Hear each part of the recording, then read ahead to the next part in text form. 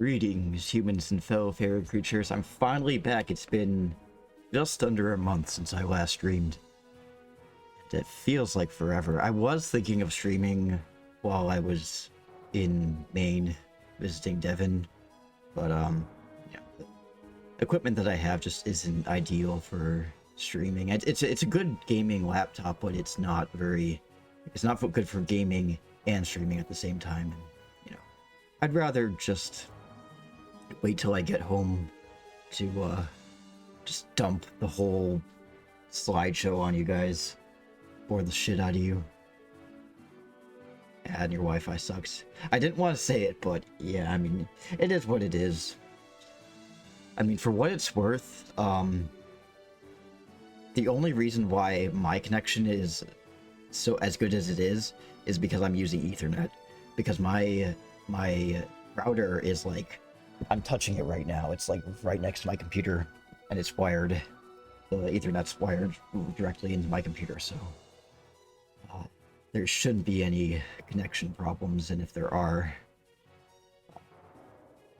it's not the Ethernet's problem. It's probably just provider. Anyway, so I've been gone for 3 weeks. I was in Maine, and it seems that there was a lot of really bad weather that struck Chicago while I was gone, and it began with the smoke from the Canadian wildfires. This was taken the morning that I was leaving Chicago, and that's not fog, that's smoke. Apparently, the smoke was kind of, it's been here on and off. I mean, in the time that I've been back, it's been okay. There's been clear skies, but was it still smoky when you got back? I mean, it's clear today. It's been clear the last couple of days that I've been here, but my dad said that when he picked me up from the airport that the smoke was sort of coming. It was sort of here and there. Oh, hey Mila. Sorry, my wave was a bit delayed. So there was the Canadian wildfire smoke. There was the weekend after I arrived in Maine, after the weekend that we went camping, there was flash flooding, which made me really nervous because the last time there was a flash flood back in 2020, my apartment flooded pretty bad. And, we have a sump pump, but sometimes, especially when it comes to flash flooding, a sump pump can only do so much.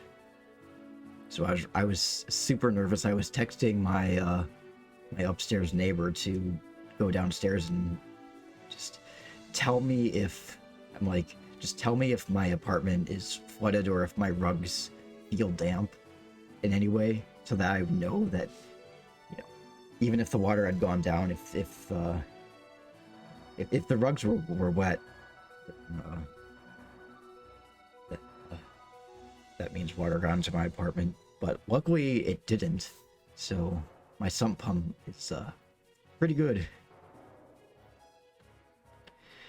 And then there was that, and then the weekend after that, I believe, there was like 11 tornadoes, a couple of which touched down by O'Hare, but I flew out 2 weeks before, not that week.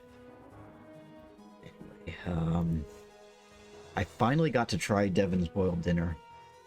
That's corned beef, cabbage, that's rutabaga, right? Rutabaga, potatoes, and carrots. My favorite part were the potatoes and the corned beef, obviously. Corned beef's always the best.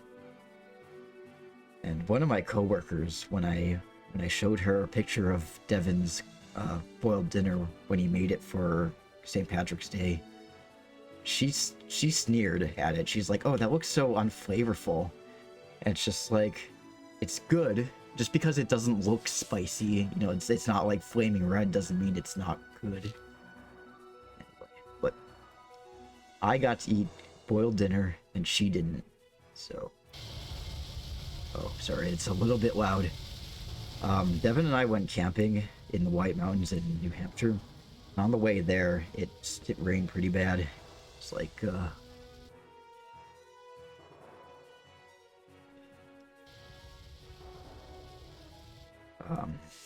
that's what it was like driving there. And Devin was actually concerned that that there was going to be more rain. It was going to be raining the whole weekend that we were there.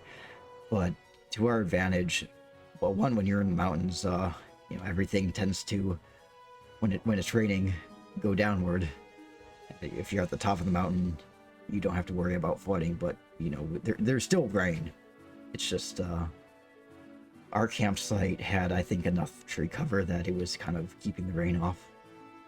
And the rain pretty much just lasted the first day, and then the other 2 days that we were camping, it wasn't that bad.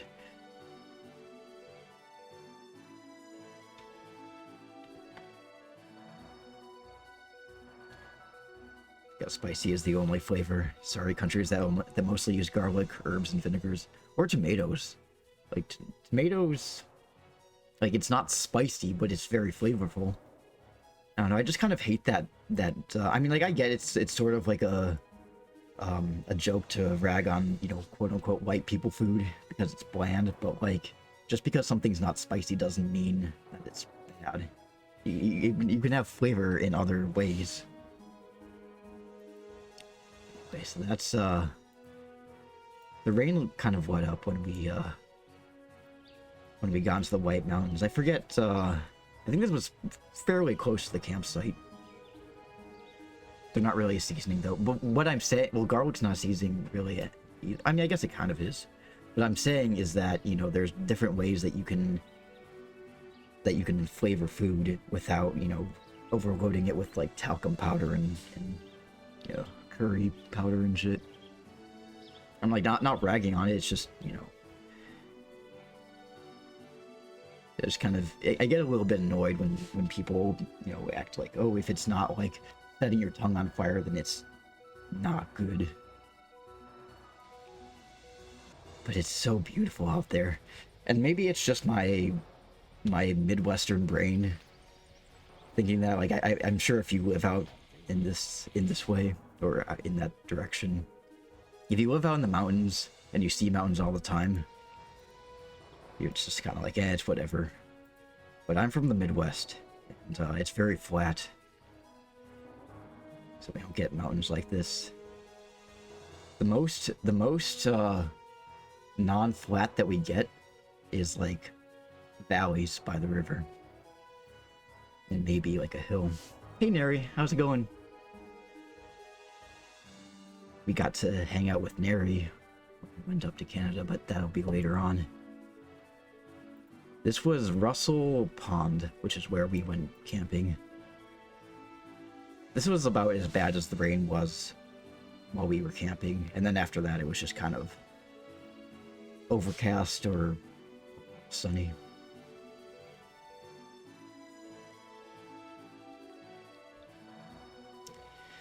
Yeah, you used to go through the White Mountains all the time. I mean, I think also when you're a kid, you don't really appreciate nature as much. Because I remember when I was a kid, we used to take road trips all around the U.S. We'd go to like Yellowstone, Yosemite, the Redwood National Forest, and everything. And I wasn't really too amused by it, just because I was a dumb kid. And I think when you're older, you appreciate the simple pleasures a little more. So that's Devin in the tent. We're camping in it's technically a 2-person tent, but it's a very cramped tent for 2 people. I'd say that you could fit 1 person comfortably, and like 2 people, you're kind of pushing it. Also, because there's 2 people in the tent and we're breathing, the walls of the tent got really condensation-y. And then Devin tends to spread out when he sleeps, so he was pushing me up against the wall, and like my cheek is like brushing up against the condensation-y walls. I'm like, ugh. So we're kind of fighting over it. It's intimate, which is a nice way of saying cramped. Oh, this was the most bullshit thing ever. I tried to shove you back, but you're stronger than me.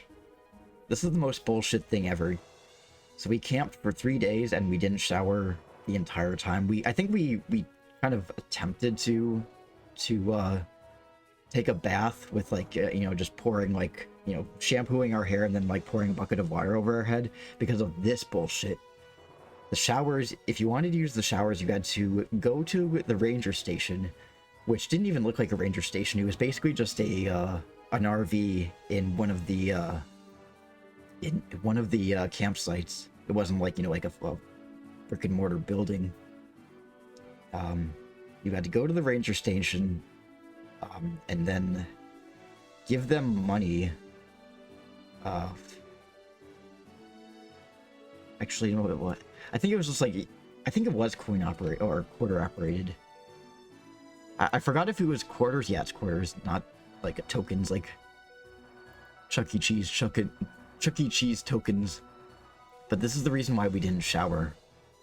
We just took like a half-assed bath, or half-assed dumping water over our head, because paying $2.50 for 5 minutes of water, I mean, granted, it's not like expensive, but it's still bullshit. Like, why are you charging? I've camped many places in my life, and I've never been to a campsite that made you pay to use the shower. And we were already paying to camp there anyway. You'd think that the showers would, come with the amenities. It's like at Yellowstone or in Europe. I don't really remember Yellowstone that much. I mean, I guess to be fair, a lot of the times that we camped, I was a kid and I didn't have to worry about paying for anything. Yeah, that's some bullshit. Deposit. And it wasn't even that nice of a shower. It was just, rusty. But Devin made some really good kebabs. And what beans are those? They're like some sort of Japanese beans. Or not beans, they're peppers. But Devin would know. Okay, so I'm gonna explain this. We went to Clark's Trading Post, which is this tourist attraction in the White Mountains. And shishito peppers, that's it. It's a tourist attraction, and there's like different things to do.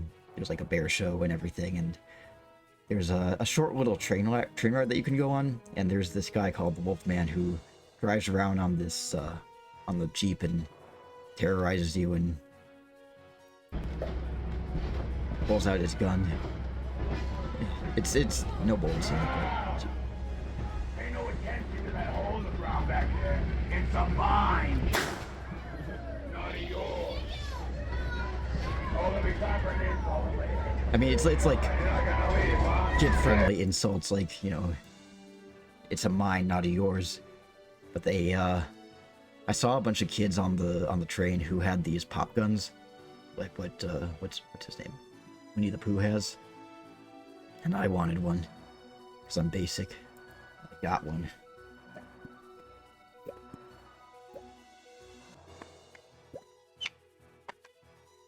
I had to transport it in my carry-on luggage. Not like my carry-on luggage, my checked baggage, because it was too big to fit in the package that I mailed back.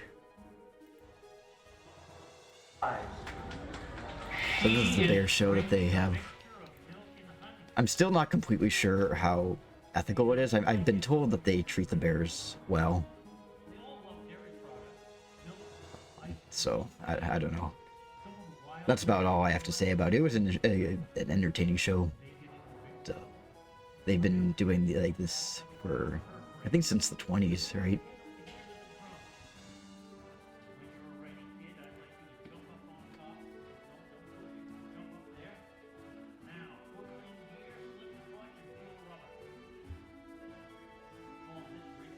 But the bears do these like circus tricks.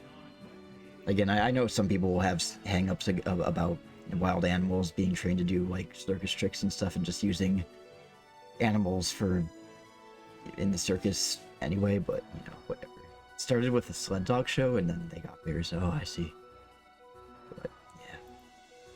So this is the Old Man in the Mountain. This is actually not the actual collection of stones. So like what it was there was a bunch of stones that were in the mountain that kind of creates a silhouette of an old man. But in May of 2003, the stones collapsed, and so they set up these little poles that if you stand on a mark and you look up, so that's where it used to be. If you stand on a mark based on how tall you are, you can see what it would have looked like if it was still there. And it was kind of a neat little setup that they had.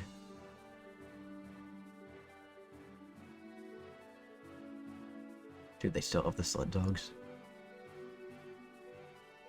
They look to be their 20s and 30s, so they must be taken care of. Yeah. Yeah, I'm sure they do. Yeah. I think it's mostly just like, you know, with the, like actual circus, like, you know, Barnum and Bailey and whatever, or what was it? There was like an incident where, a circus elephant went rogue and like attacked a ton of people and like killed some of them. That was in Hawaii back in like the 90s, I think. But again, I think it's because the elephants, in order to train them, they like pretty much abused the shit out of them. So anyway, this is the basin. It's just a bunch of nature. I took a bunch of photos because I'm a sucker for nature. And you know, you got nature in the Midwest, but it's not as pretty. We got cornfields and we got prairies and forests, but nothing this breathtaking. Mountains, we don't have those. So I took this picture. It says, "Please stay on the trail." And in the background, you can see a guy just like meditating off, like sitting off, not clearly not on the trail. I mean, I think what they mean is just like don't go too far off. He wasn't that far off the trail, maybe like a yard. Excuse me. So I want you guys to tell me what you see wrong with this bathroom setup. And Devin, don't answer because I know you know what's wrong with it. So we got a stall here, a handicap stall, a regular stall here, a handicap stall here. There's a urinal off to the side, and then you've got these angled windows here, and then upright windows.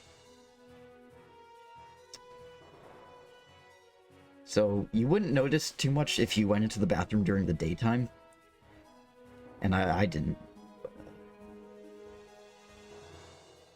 It wasn't until we went in there at night and I used the toilet, and I realized that when you're in the toilet, or not even just when you're in the toilet, like you can see, if you look at the windows, the angled windows, you can see what people are doing inside the stalls.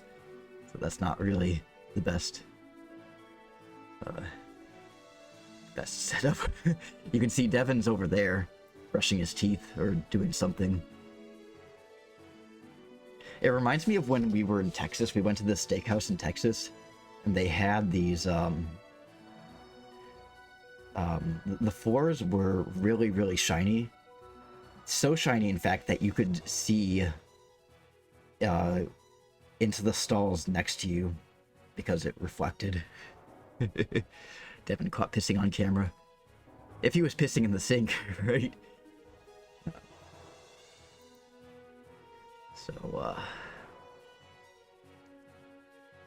So originally we were the next day we were planning on going to the cog railway, but Devin's power steering went out. Originally, I thought we thought that his car was low on power steering fluid, but it turns out that there was like a hose that was disconnected. Because I went to the gas station, I bought a little thing of power steering fluid, put it in, and the car was driving okay for like, you know, first maybe 10 minutes, and then the power steering started to suck again.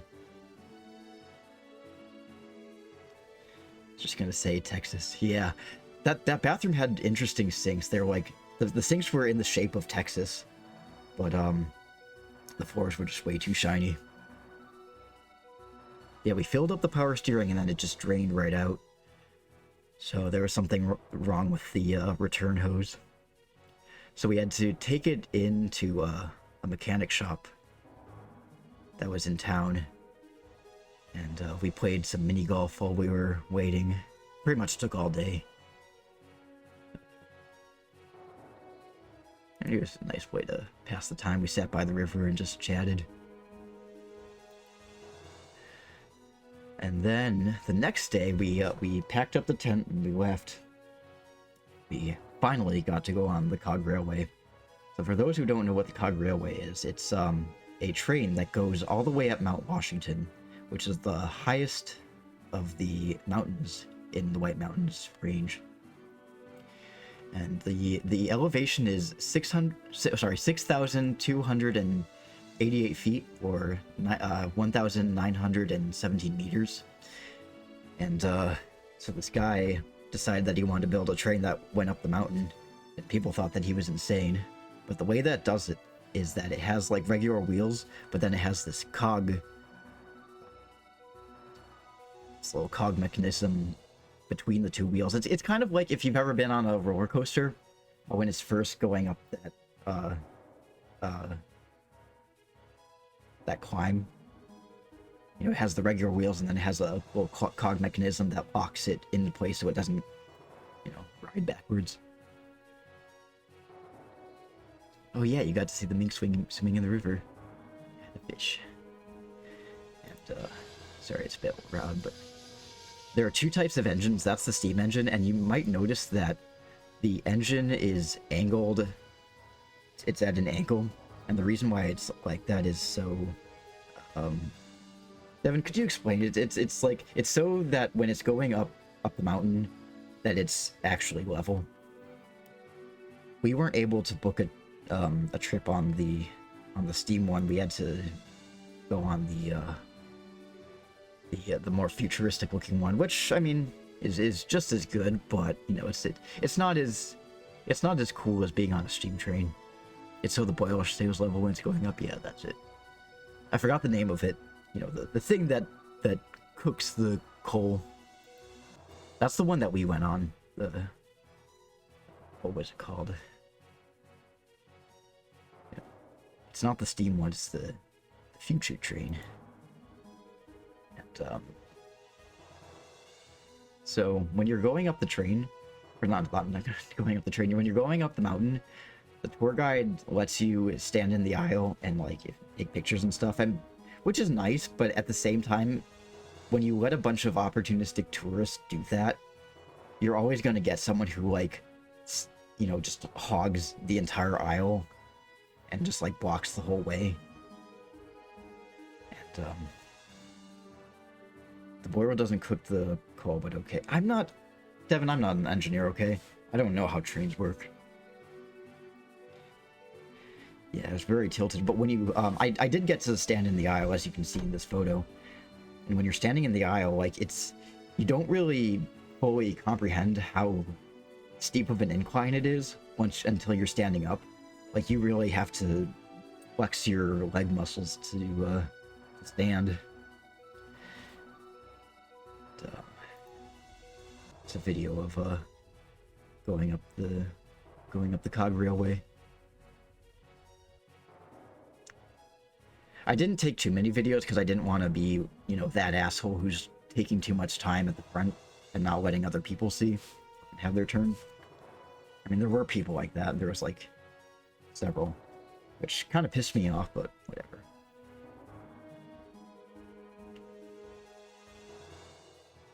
Yeah, and then the coal guy on the steam train, as Devin said, he had to shovel coal into the furnace every 10 to 15 seconds for an hour.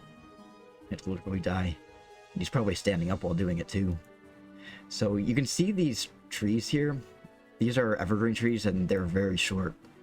And because, you know, at very high elevations, trees don't really do too well growing. This is as tall as they'll ever get. So I thought that was kind of interesting. But we got to touch the summit. It's 6288 feet, 1917 meters. Mind the cat and the construction and tourists in the background. Got a cool picture with minimal tourists in the background, but you got the picture of the mountain and everything. But I like this one a little bit better. It's you get the nice construction barrel and the bewildered tourist just kind of staring into the camera. I think this picture accurately portrays what it was really like up there. It's just, you know, construction and tourists. Obnoxious tourists. Kids that surround me. And also the high elevation, we had a bag of chips in our bag. It made the chip bag poof out. Anyway, so July 5th, that was my dirty 30, and Devin made these purple velvet cupcakes. They were they're really good. They were made with ube, which is what made them purple rather than red. I have a picture of, yeah, that's for better lighting. The sprinkles look like they're made of metal, but they're just regular edible sprinkles. And then Devin took me to dinner at a Korean barbecue, and it was good. But, the fireworks for the 4th of July were postponed to July 5th because there was rain on the 4th of July. So that was kind of nice having fireworks on my birthday. Anyway, July 6th, the day after my birthday, we took a trip to Canada. We drove through New Hampshire and Vermont to get to Canada. And it turns out I didn't have too much to worry about with regards to not knowing enough French, because, you know, the border agent, like, when we drove up, he said something like, he was basically like en français or in English, and I'm just like, in English. So, it just kind of gives you it's like... And I have a friend who lives in Montreal, and we were able to meet up with her and get some hot pot. So it's kind of like, you know, the Korean barbecue or Japanese barbecue, except instead of a grill, you're putting everything into a big pot, a big boiling pot. Parlez en français? Parlez-vous français? Parlez-vous anglais? That's about all I retained. Omelette du fromage. The worst of it was staring at the parking meter that was only in French and wondering if it was going to accidentally pay $50. I did get poutine. We got poutine when we were in Ottawa, but we just we took a lunch break when we were in Montreal. The restaurant had this like Roomba-like thing. It was like a Roomba-like robot that delivered all of your trays of food. And it was really cool, and I wish I had gotten a picture of it, but I didn't. Sad face. And we went to Ottawa, We only stayed for 1 day, which is kind of a shame. I would have liked to stay longer, but we went to the Science Museum.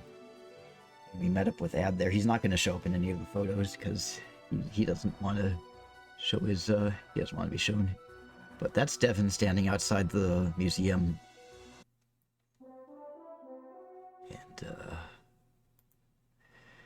And, one of the exhibits had this thing where, like, it would take your eyes and your mouth and then flip them upside down, and it just looks really, really cursed.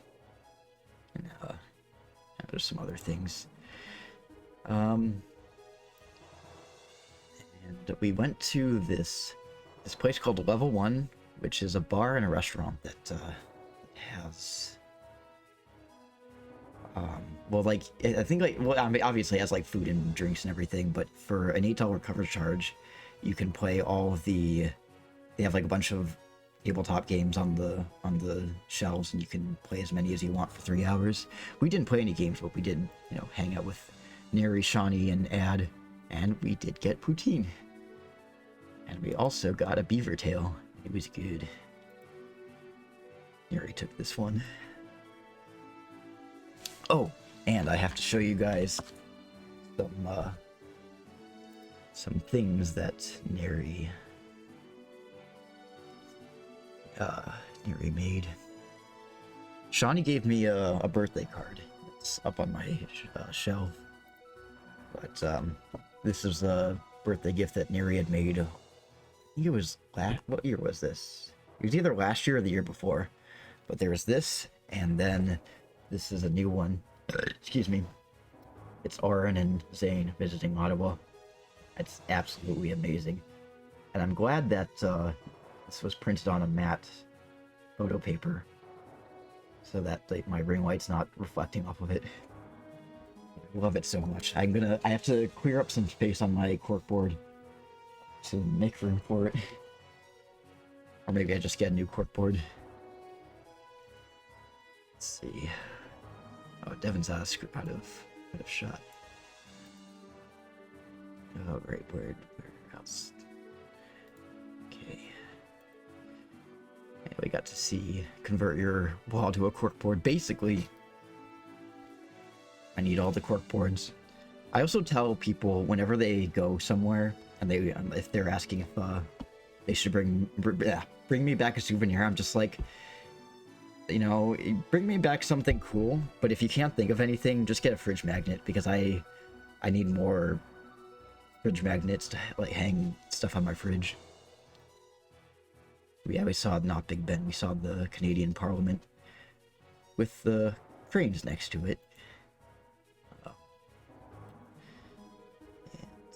we stocked up on ketchup chips, and then those ketchup chips ended up exploding in my carry-on bag when I was on the plane. So you remember when I showed you that picture of the not the ketchup, the what's it called? The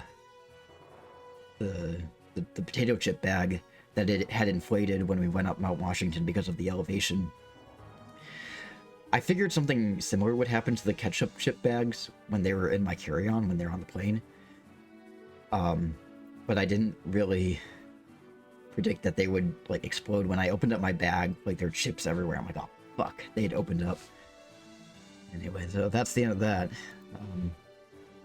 So after the camping trip, after the trip to Canada, we just kind of decided that we were going to spend the rest of the trip just relaxing and playing video games and doing absolutely nothing. Didn't even show your big Kinder Egg. Oh, yeah. But yeah, Devin got a big Kinder Egg. It was like about that big. But we had to eat it before we got to the border. I mean, it probably would have been fine. Like, the border agent didn't really grill us too hard. You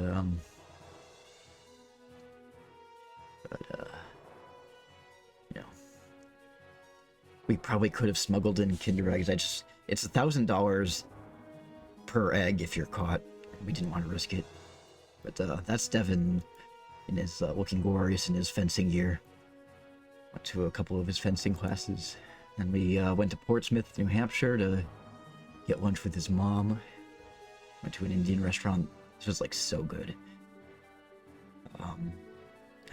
took just like one bite. I'm like, oh fuck, this is good. King shit. Wait, what? Where did you hear that? Hear what? Oh, it was that you'll be charged like $1,000 if you're caught with a Kinder Egg. I think it was on like, I'm pretty sure it was like on like an official website, like a government website. Or maybe it wasn't, but it's just like, I know that if you're caught smuggling in Kinder Eggs or anything that's like illegal, I mean, if the border guard is cool, they'll just tell you to like throw it out. Maybe they'll let it slide, who knows. But if they decide that they want to be, you know, a jackass, they'll charge you like $1,000 or fine you $1,000 per thing that you brought in. They'd confiscate, then fine you. Well, I don't know. I mean, I've heard stories that like, I think in most cases they'll just confiscate it, which is like what happens in practice, but I think the law is like they technically can fine you. They confiscate your pepper spray. Yeah. I don't know. I guess if it's obvious that if you make it seem like you don't know, like you didn't, like you maybe you just have like 1 or 2 Kinder Eggs and you just are oblivious to the fact that you weren't allowed to smuggle them in, then they'll let it slide. But if like they open up your trunk and they see like a whole warehouse full of Kinder Eggs, they'll probably get you for that, because it's obvious that you're trying to transport them for, you know, like selling them or something like that, distributing them.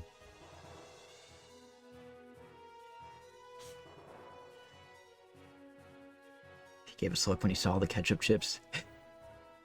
I don't remember him giving us a look about the ketchup chips. I do remember the guard, the border agent, when we were going into Canada, when he asked me if I've been to Canada before, I'm like, yeah, I've been to Thunder Bay a number of times. He kind of like side-eyed me because Thunder Bay is the murder city capital of Canada, but it's not that bad. It's, you know, I feel like Thunder Bay has the same reputation that Chicago does, where it's just like, ooh, it's scary, but it's really not that bad. It's just it's what they tell people to keep the property or the property taxes down.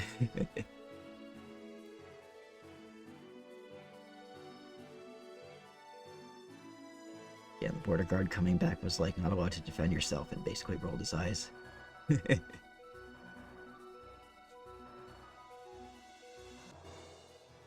Yeah, they can, like, they're more likely to confiscate it, but if they feel like, you know, being an asshole, they technically can fine you. Anyway, that's a big amount of salt that's in Portsmouth. I feel like this is a good reaction image. Just like when the salt is so much. Canada is scary like Aurora. That's some Klodnik that Devin made. It's a Polish dish. It's a cold soup that's made with beets, which is what makes it so red. And there's some other vegetables in it too, including dill. And then I made some jerk chicken. We went to this, it's called a barbecue. It's basically like a barbecue with Devin's fencing friends, and they were sparring. That's Devin in his, in the blue fencing jacket there. I love my slow motion camera, the slow motion feature, and that old man in the corner, I'm not sure if you can see him, but he was the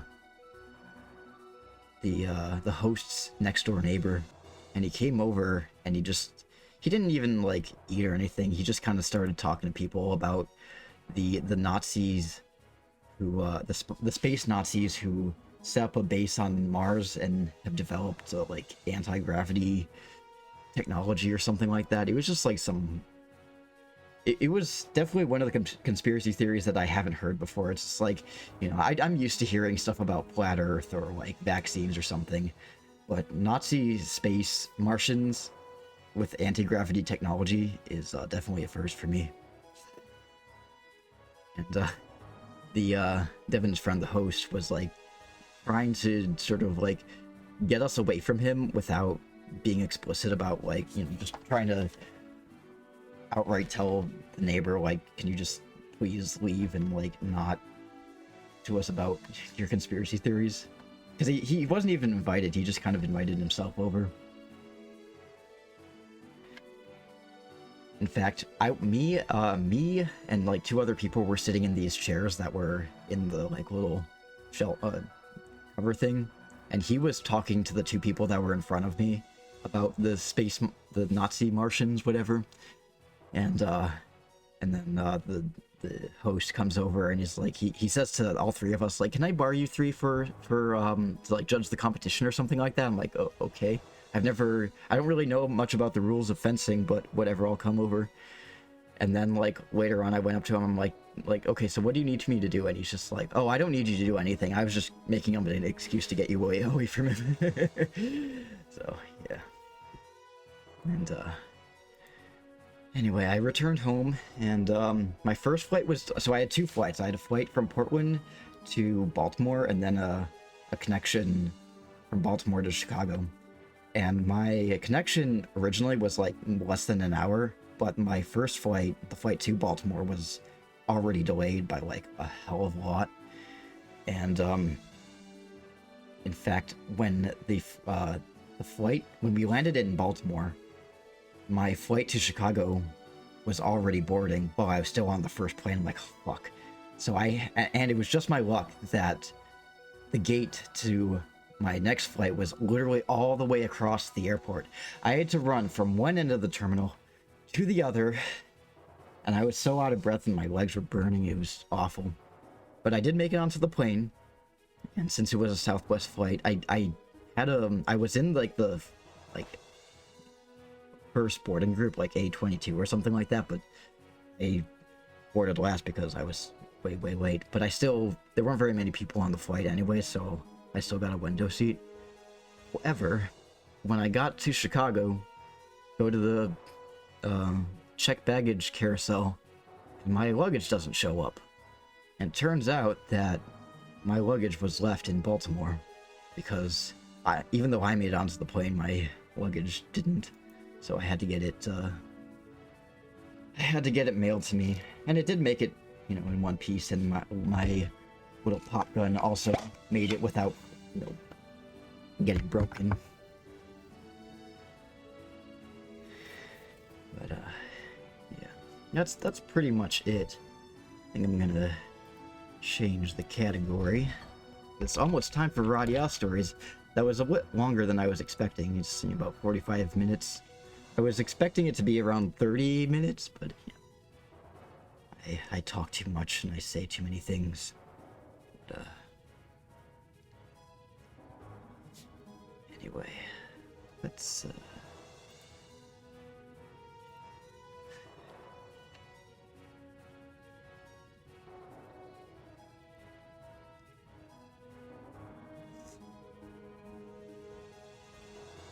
I told him what the guy was going on about, and my friend died a little inside. Oh god. Anyway, it is officially Radiata Stories time, so let's change that category and switch out to well, first I'll get the emulator running, and whoops.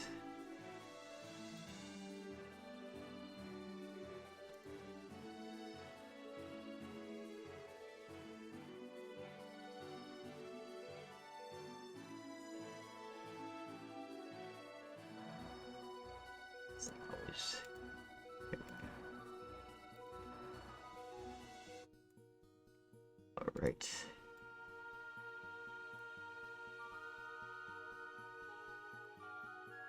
Finally, Radiata Stories. Okay, the category is successfully changed, right?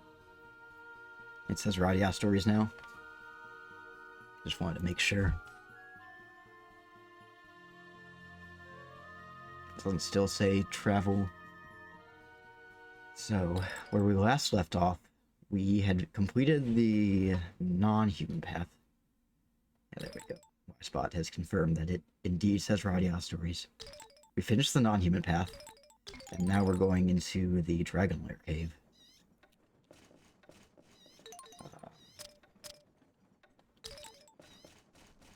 I feel like I should probably stock up on some healing items and... I don't know, maybe I'll be okay.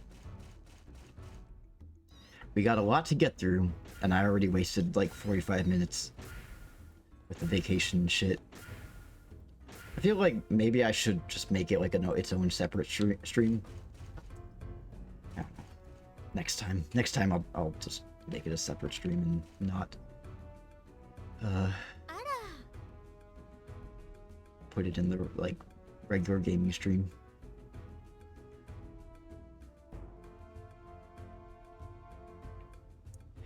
I don't know. What do you guys think? Would you prefer if I kept the travel stream separate from like the gaming streams, or do you just not care, or do you like it this way? Oh, she's my friend now.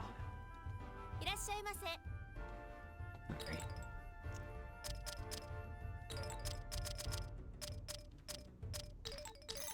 You don't really care. Okay.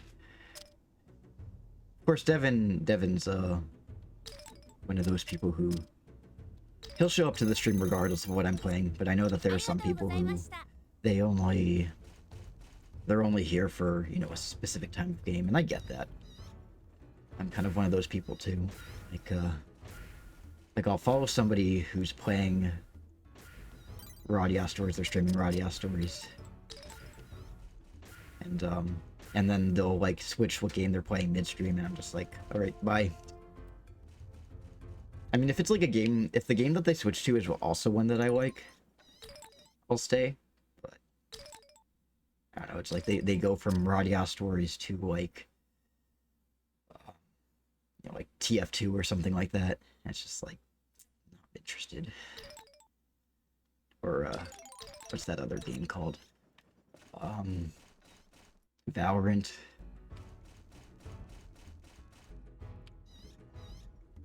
Like, I'm out of here.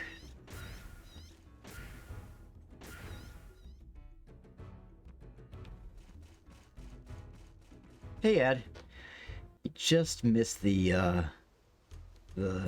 vacation slideshow, but that's okay. It'll be available on the VOD and available on YouTube within 24 hours of the ending of the stream. But how are you? How's life? In fact, how was everybody's last 3 weeks? How's your July been? I guess I should say, to everybody who's in the chat who wishes to speak.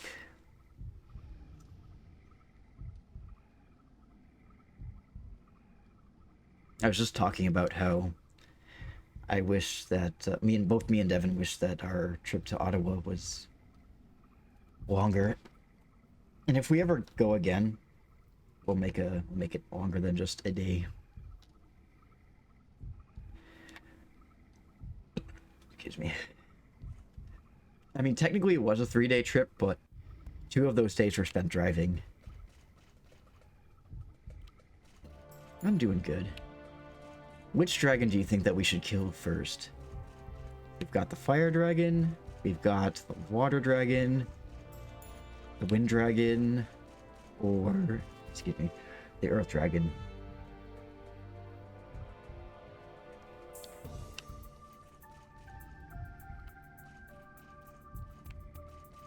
Or once Devin moves to Chicago, maybe all 3 of you can come visit and we'll get some deep dish.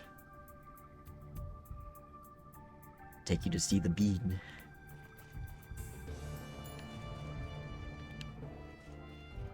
Alright, so what do you guys say? Which dragon is on the chopping block first?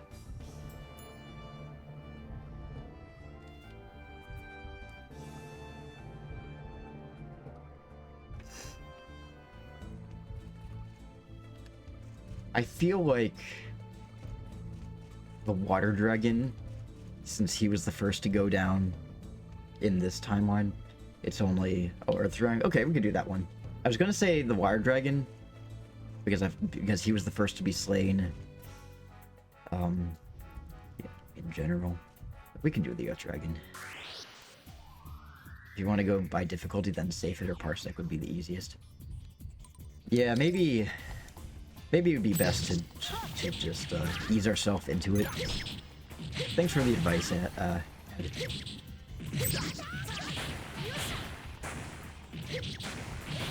I'll delete these these elements, and then I'll go. Maybe we can do reverse order. We'll do Parsec first, since he was the last to die.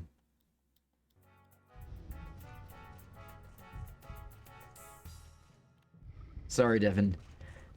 I'm going to override your vote, because Ad knows what he's talking about.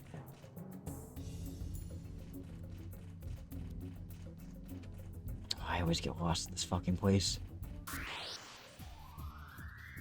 Fuck you then.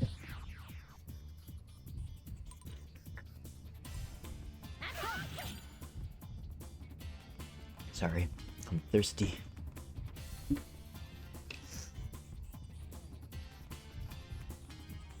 I mean, for what it's worth, Devin, I always ask for your input to movie night. I don't ask anybody else. I mean, I sometimes I do polls. I don't like this demon creature. But it's only when I only really do the polls when, like, I have a lot of movies that I want to watch and I can't really narrow them down. Whoa, okay.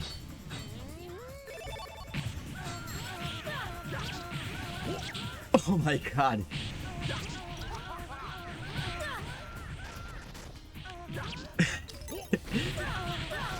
Oh my god. Gil, please. Gil, please run away. For Maria. Heal yourself.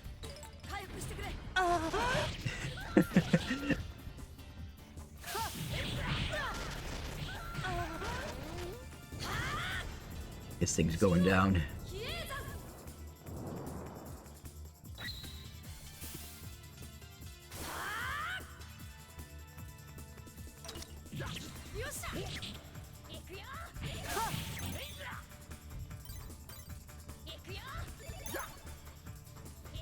You have a D&D game to start, but you'll be looking. Okay.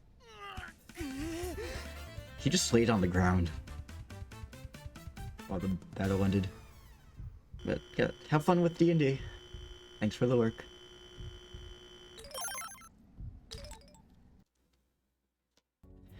Yeah, hope things are feeling better for you, Ed. And I know stream chat isn't always the best place to talk about personal things, but if you want to talk, you know where my DMs are.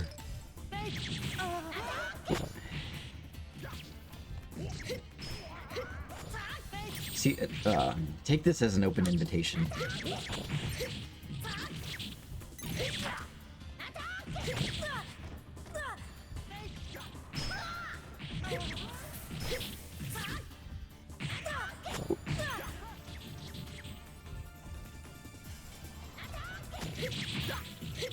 I'm hoping that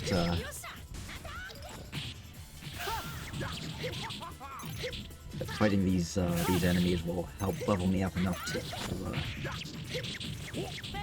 beat the dragons. Just a headache. Yeah, I get that. Sometimes things are just, it's like, you know, it's an inconvenience. It's like me when I lost my luggage. It's just like, I'm not having an existential crisis over it, but it's like, it's just annoying.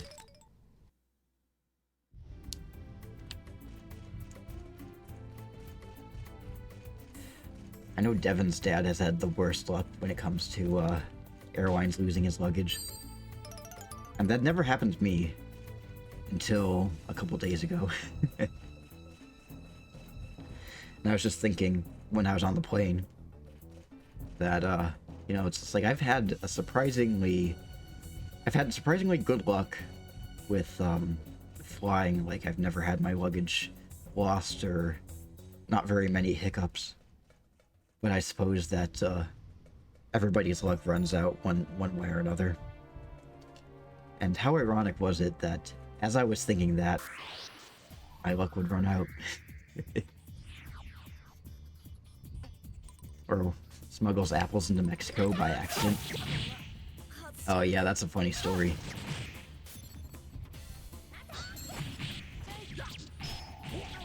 What did your dad do anyway? Do you want to tell the story, or should I? You know, sometimes it's kind of hard for people to read text while, so it's a little bit easier when it's like narrated to them.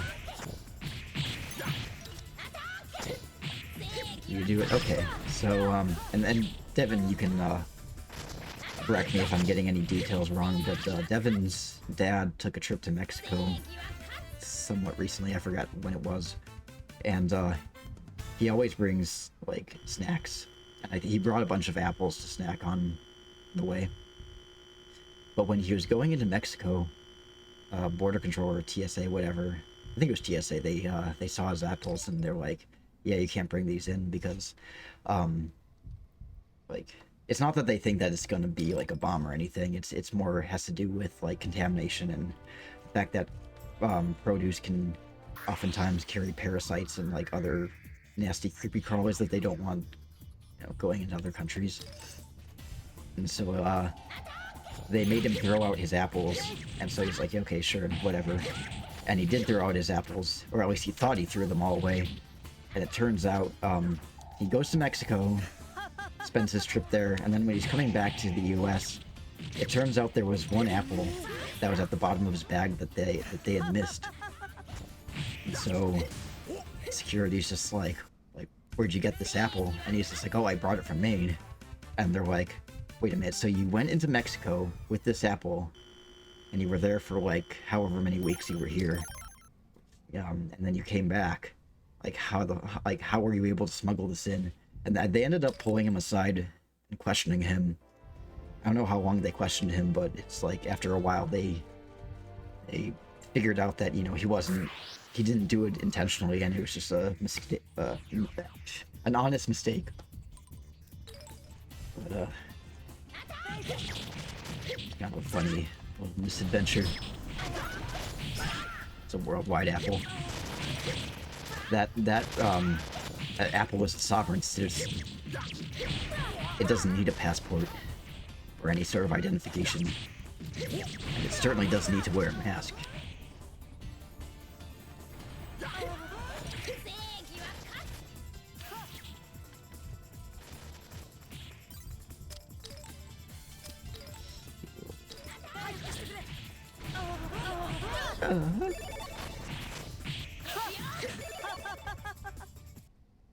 His injured effort never gets old. The apple was just hollowed out and there's a Kinder Egg inside. Right?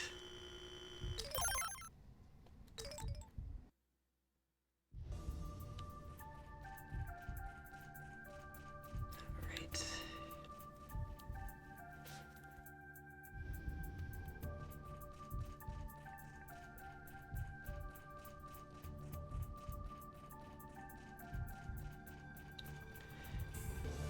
I'll come back for you later. Please don't ambush me.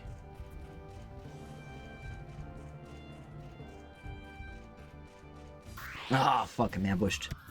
God damn it.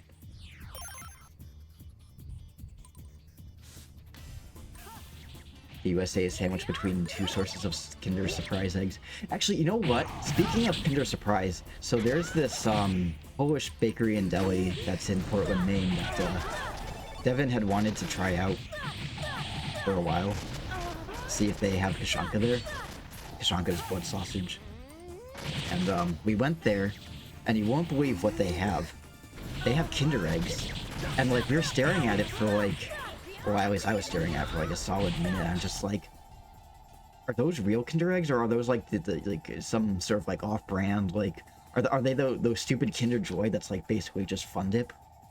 They looked like they were real Kinder eggs, and we were racking our brain trying to figure out how they were able to get them into the US and sell them.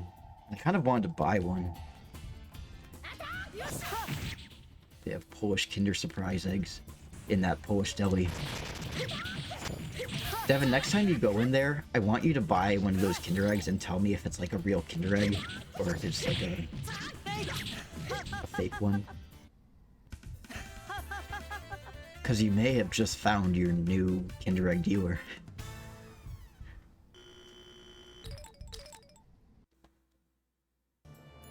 Grandma with the underground Kinder Egg black market.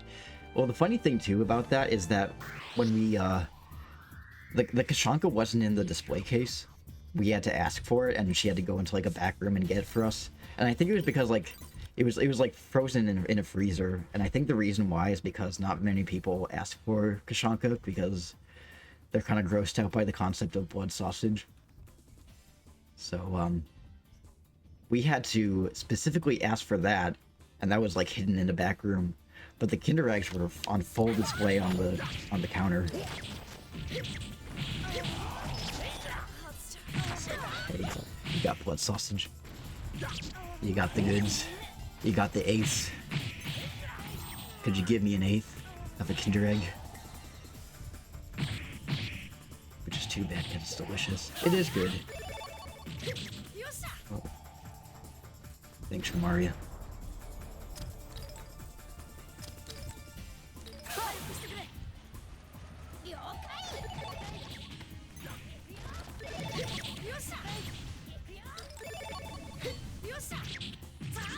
Blood sausage is hollowed out. Old Kinder Egg. There's a Polish deli near my house. Excuse me. And they sell Kashanka, but they only really have it in stock certain days of the week. So I think we went in there on like a Friday or something, and they were sold out.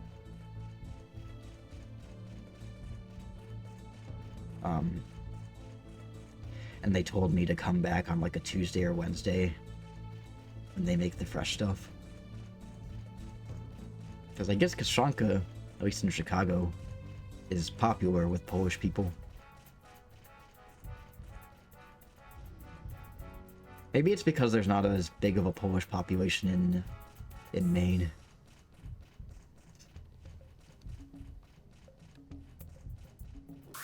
There's a pretty sizable amount of Polish people in Chicago, and I guess the Polish immigrants aren't as squicked by blood sausage. But Maine is full of like English, Irish, Scottish people who don't like anything new and different.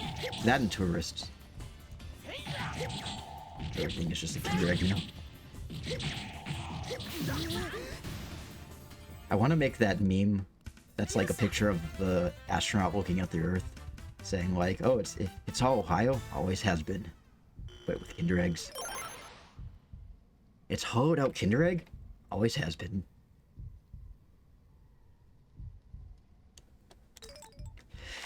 Your Polish friend is the one who he brought that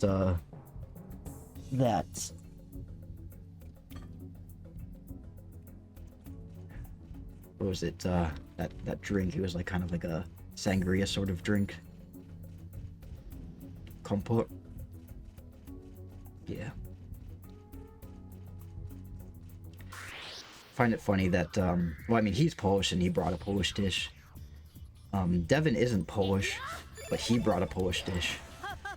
And I am Polish, but I didn't bring anything Polish. I brought jerk chicken, which is like more Caribbean than anything.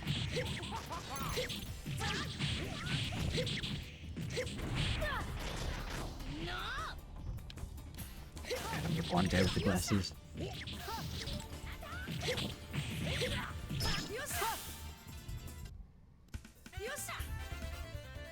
Devin appropriated my culture by making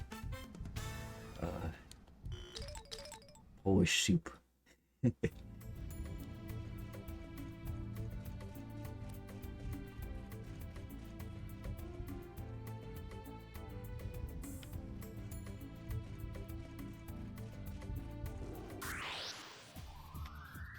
Damn. I keep telling myself that it's gonna be worth my while if I fight these things. You're so loud.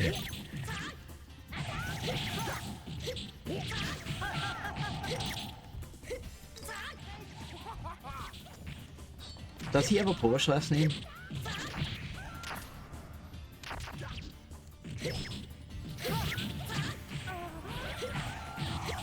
Sometimes people like they have like an anglicized Polish last name, like Glover. The name Glover is anglicized from Glova, spelled Glowa.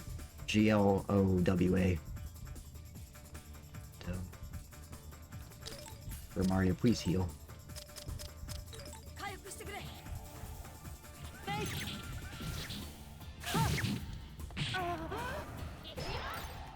Gotcha. Actually, I need you to heal Gantz instead. That's who I intended you to heal. I love how disappointed they look when they're cursed.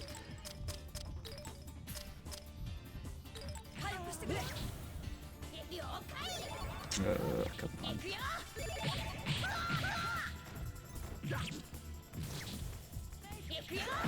Can't lift my arms.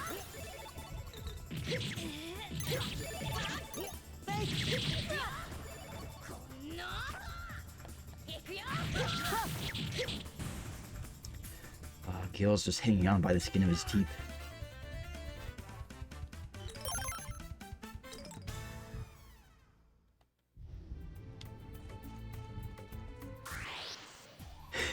Cursed party members, my disappointment is immeasurable, and my day is ruined. Oh well, review, bro. The funny thing about him is that he kind of reminds me of one of my friends from high school.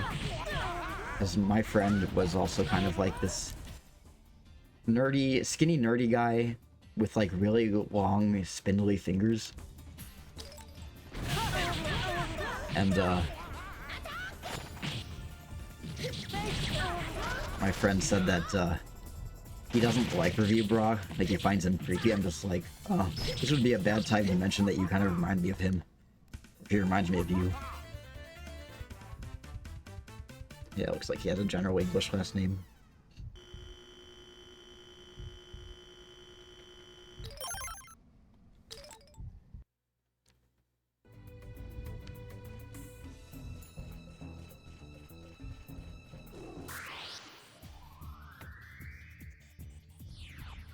I like that video that he did where he was responding to hate comments, and there's this one comment that somebody left that was saying that he looks like a rat, and then they left a.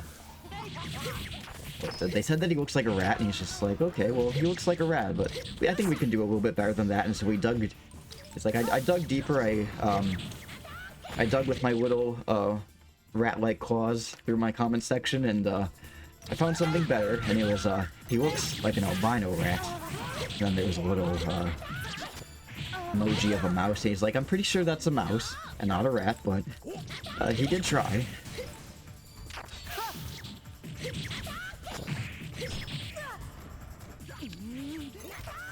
I don't get enough hater comments to make a video responding to them. You guys stroke my ego too much. You're too nice. Except for Devin. He can be mean sometimes. Oh no, he ambushed.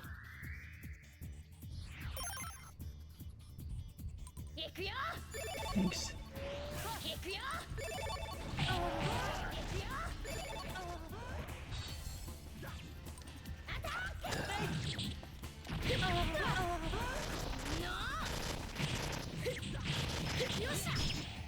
Oh, he's dying. He is dying. Poor Gantz. Devin brings balance to the force.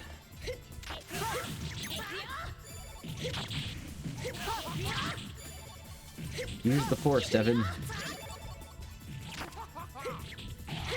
What'd I do? You won't let me stick my feet in your face. Nice for leveling up a considerable amount. So I just don't know where I am. Like, half of this dungeon, like, half the battle is just finding your way around and trying not to get lost. I haven't even reached the dragon yet. And I'm already like an hour and 10 minutes into the stream.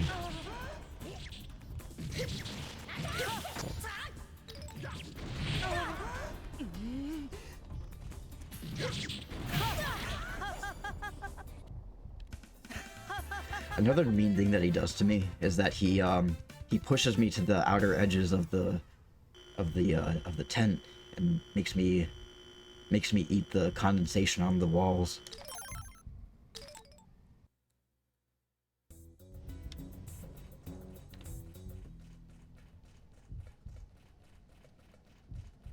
Alright, buddy. I know you want to fight. If I walk past you, you're gonna ambush me. So let's just not do that. Oh, Jesus Christ. Goddamn.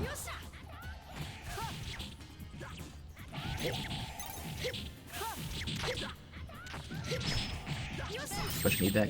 I told you, Devin. I'm a muscleless twink. I can't push you if it killed.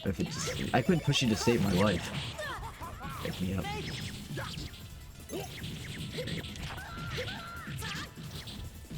I'll wake you up by pinching your nose and stop you from snoring.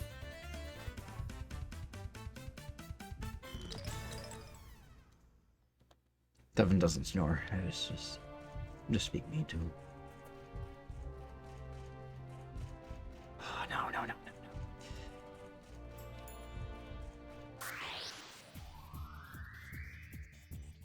I know you wanted to ambush me, but we don't do that here.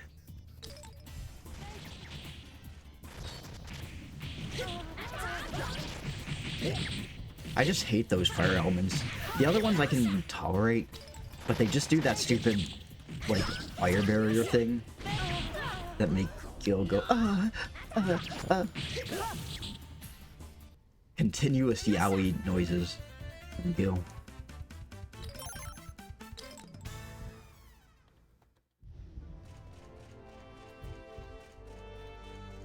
I think I have to go in here.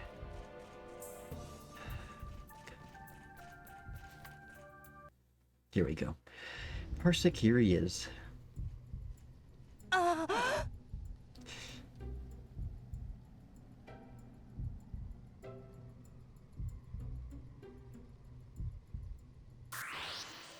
Yeah, that is true. It's just a little bit of an inconvenience to be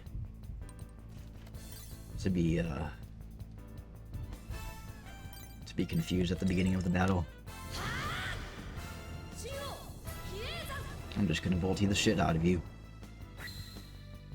I'm sorry, Parsec. I'm not sorry.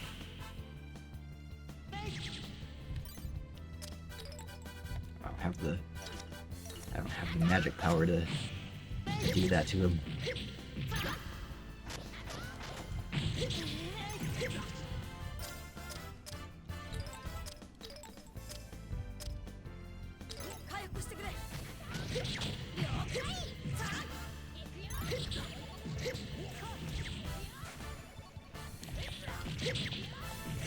I guess if Parsec and Safed are the easiest dragons, it's a good thing that we weren't there to fight the Earth Dragon or the Water Dragon. You know, like, in the story mode, that is.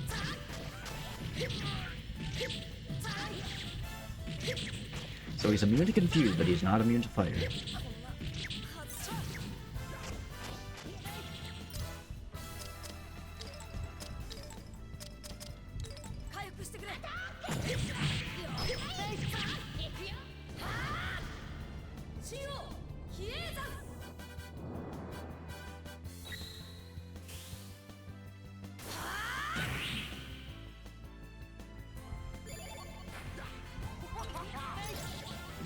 At least we don't have to fight a feeling. It'd be kind of interesting if we could fight Quasar. I know that in the deleted cutscenes that James posted, there was a scenario where you had to fight Quasar. So basically, okay, spoiler alert. Quasar shows up, and so instead of like, in place of the cutscene where there's the battle at Lupus Gate where you have to fight what's his name, Galvados and Zane, instead Quasar shows up. You have to fight her, and then Jack realizes that, oh, it's Ridley in there.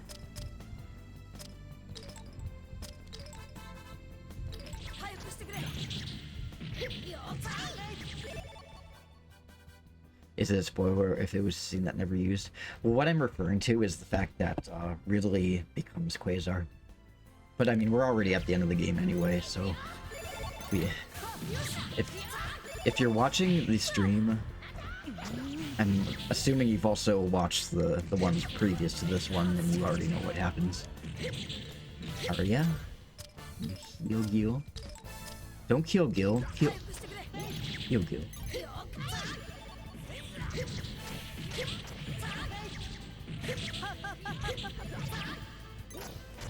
Spoiler for the end of the game that already happened.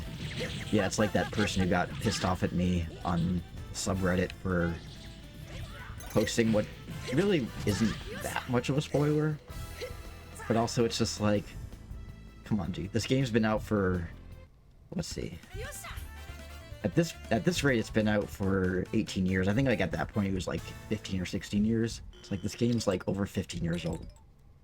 Like, you kind of have to accept that if you're going to engage in fan communities and fan content, that you're going to come across spoilers.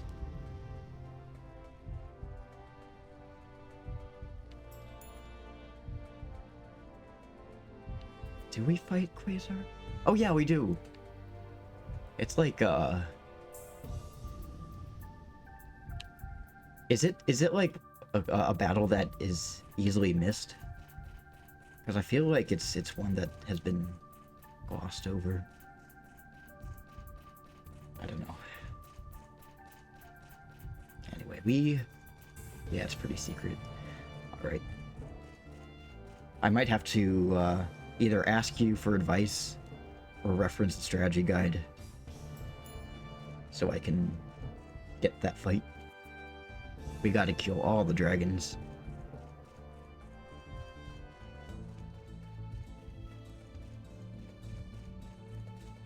I'm gonna take a moment to go back to Fort Valencia and save my progress. Oops. Yay, I figured out the way out.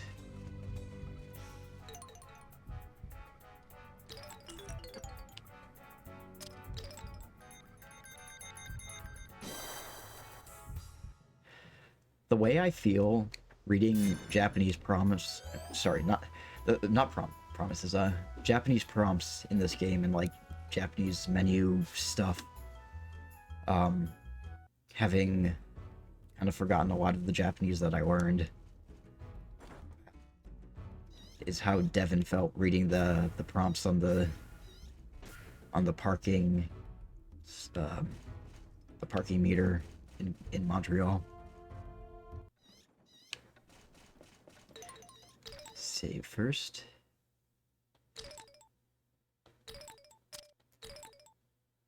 Went from level 51 to 56, so we climbed pretty high.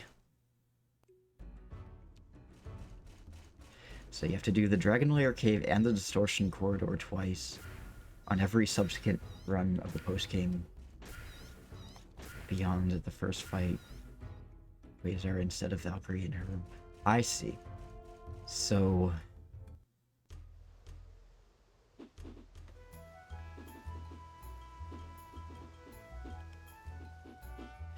if I wouldn't be able to do it during this run, right? I would have to do like a strong from the start and complete the game a second time around. Is that correct?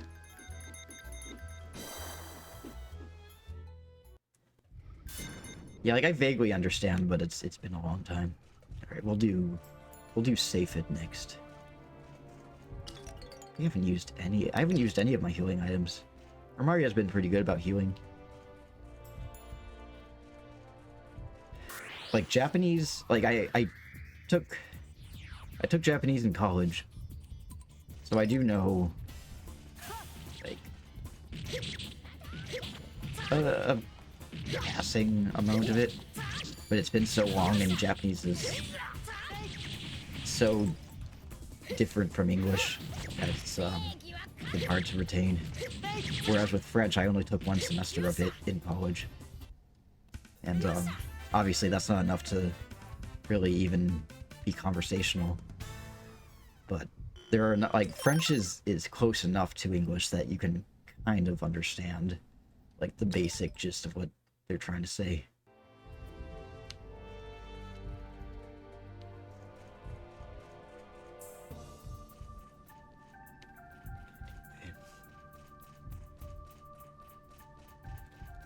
Okay, so you can do it on this file, but you have to run this gauntlet. I see. So I have to beat the Ethereal Queen. Gotcha. I can't make any promises there, but I will try. And if I don't make it, I'll just fucking cheat. Fuck it.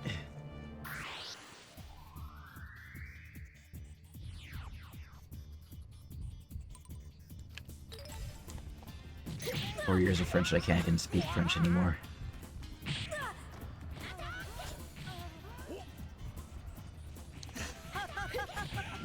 I remember that to make a negative state, like a statement negative, you have to put ne and pas between the verb. Like say like I don't speak French, you'd say like je ne parle pas français.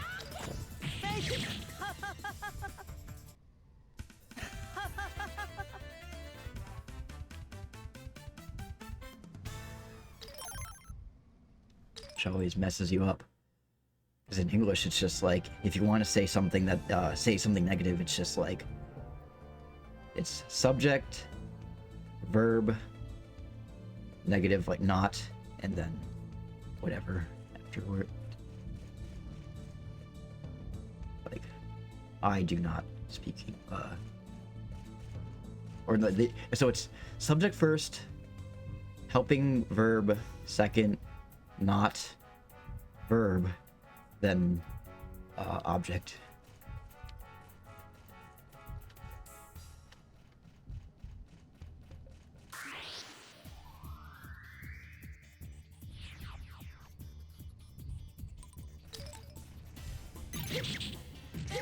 The potty boys.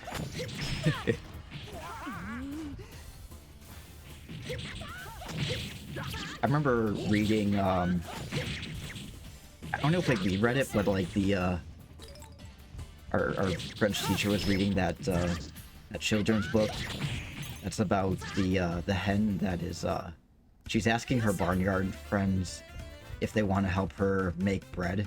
And like she asks them in various stages, like she's like, do you want to help me cut this grain? Do you want to help me mill the grain? Do you want to help me, knead the dough? Do you want to help me bake the bread? Whatever. And like her farm animal friends just keep saying like, no, not me. I don't want to help. And then at the end of the story, they want to eat her bread, and she's just like, fuck you. You didn't help me with anything, so you don't get to eat the bread. But at the parts where like the farm animals were saying like not I, said the cow, not I, said the horse. It was like pas moi, pas moi.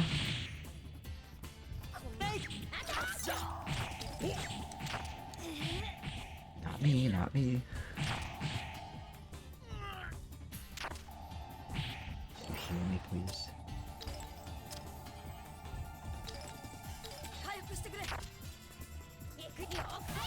Oh, I'm already healed.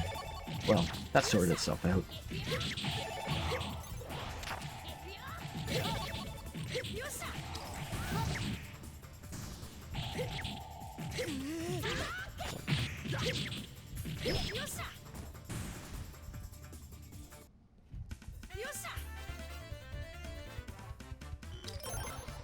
Or I had an English teacher in college who was saying that, like, German is, like, the hardest language he's ever tried to learn. I'm just like... Well, I think it was, like, the only language he tried to learn, but he's just like, I would not wish it on my worst enemy. And I'm just like, German's not even that difficult compared to, like, other languages.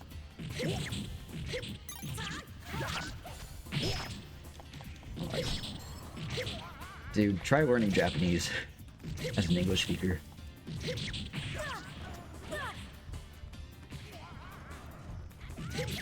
And I guess German is difficult in the sense that, like, much like French, the like the verb placement is kind of confusing, because you put in a, well, if you want to make like a sentence formal, you have to put the verb at the end of the sentence rather than the second word in the sentence.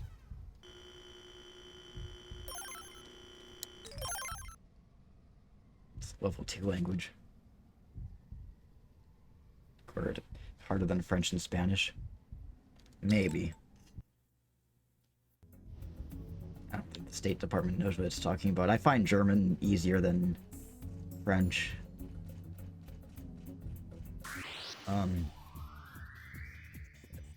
That's just me.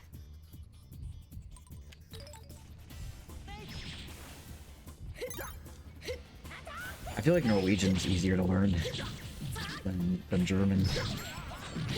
Because Norwegian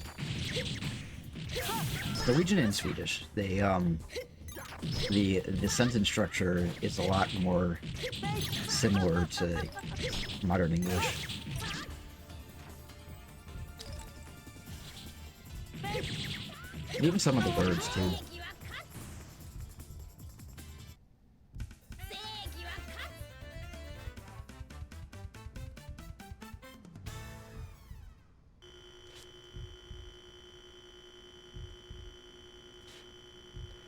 Romance languages and other Germanic languages are easier.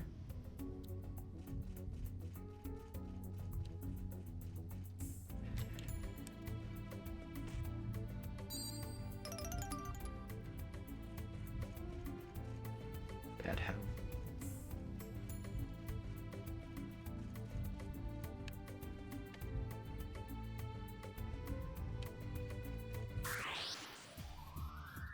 Well, bad in the sense that he didn't have you as his teacher.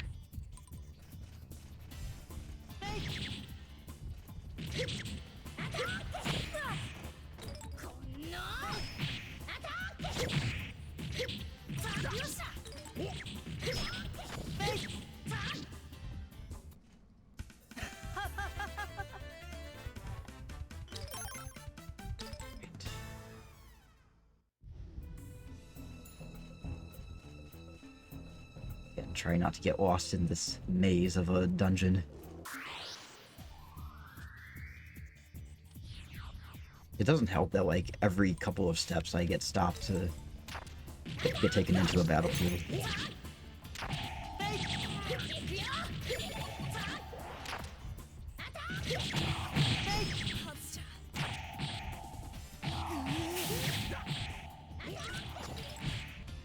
Alright. Like, I'm not, like, I'm usually pretty,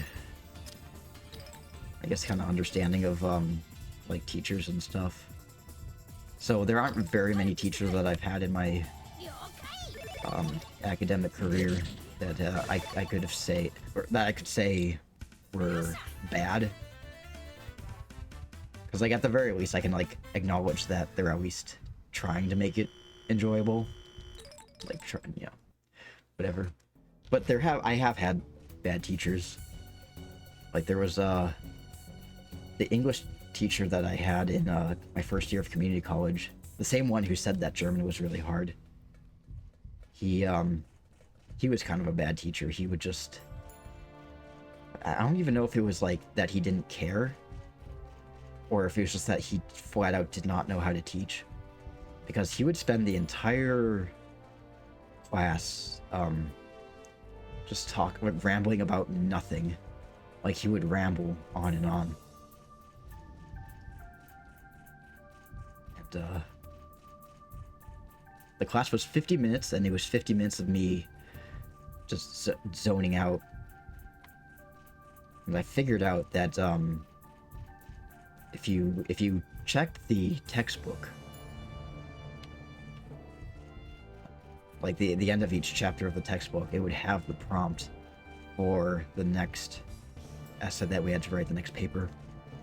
So I would basically just like read whatever the prompt was and go to class because he took attendance. And I had no other choice but to attend.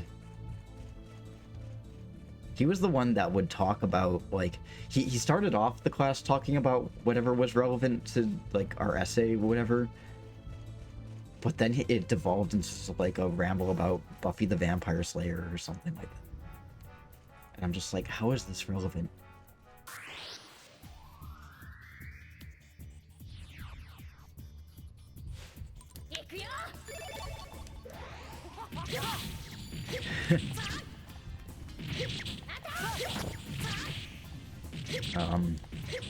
So yeah, he was just a bad teacher because he just didn't teach. He just rambled the entire time about like nothing. And if it was like high school or middle school or like, you know, grade school, I probably wouldn't mind. But it was college. It's just like, I'm paying tuition for you to just get up there and talk about fuck all. And,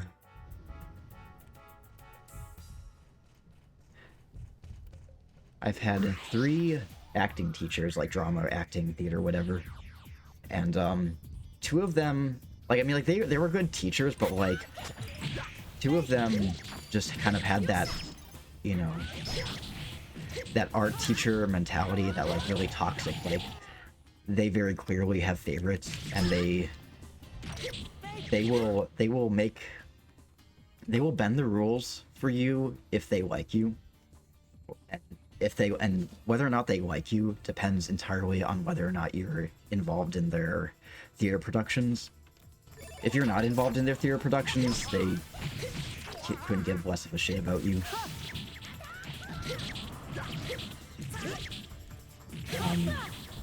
It's another bad teacher I had. There was this one teacher, like, I understand that he meant well, and he was trying to make his class entertaining, but he was like this really old guy who, instead of using PowerPoint presentations, he was like really technophobic. He didn't use Blackboard to post our grades. If you wanted to figure out what your grade was, you had to talk to the teacher's aide, and she would have to talk to him, and she'd have to get your grade from him, and then like it's just this weird like telephone sort of thing. It's just like, can you just please use Blackboard and post our grades on there? And he refused to use Blackboard, he refused to use PowerPoint, he refused to use any sort of technology, and instead he would I see your great. So you remember when we were in school, and do you remember overhead projectors and the transparencies? There was that like clear sheet that the teacher would put on the overhead, and they would write on it with marker, not like, you know, dry erase marker. So he did that, but his transparencies were already like pre-written, and he didn't really write things in bullet points. Like, it wasn't like, if you wanted to take notes, it was very difficult to take notes from his little slides, because it was just like a fucking text wall. And he would get mad if you tried to take out your phone and like take a picture of actually, he wouldn't get mad if you took a picture of the slides, but during the study courses that we'd have on Fridays, he would post the answers to the upcoming test. Like he would like show them on the projector screen for like 10 15 seconds, which like I don't know why he did that in the first place, but like he would catch you if you tried to take a picture of it. It's just like, well, don't post it. Don't put it up there.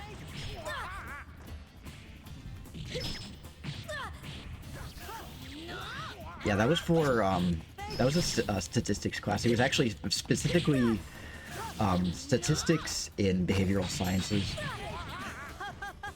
I think it was called like statistics in behavioral psychology. So I'm already not very good at math. Well, that with like a teacher who doesn't know how to format slides very well.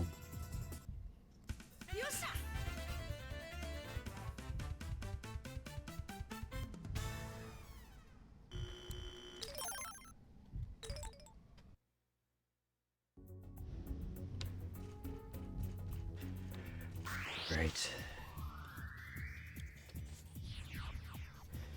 How you doing, Rico? Sorry, say hello. I did acknowledge your hydrate. How have you been? I peeked in at your stream a little bit earlier. I wasn't able to really comment much because I had like 15 minutes or so before I had to start my stream.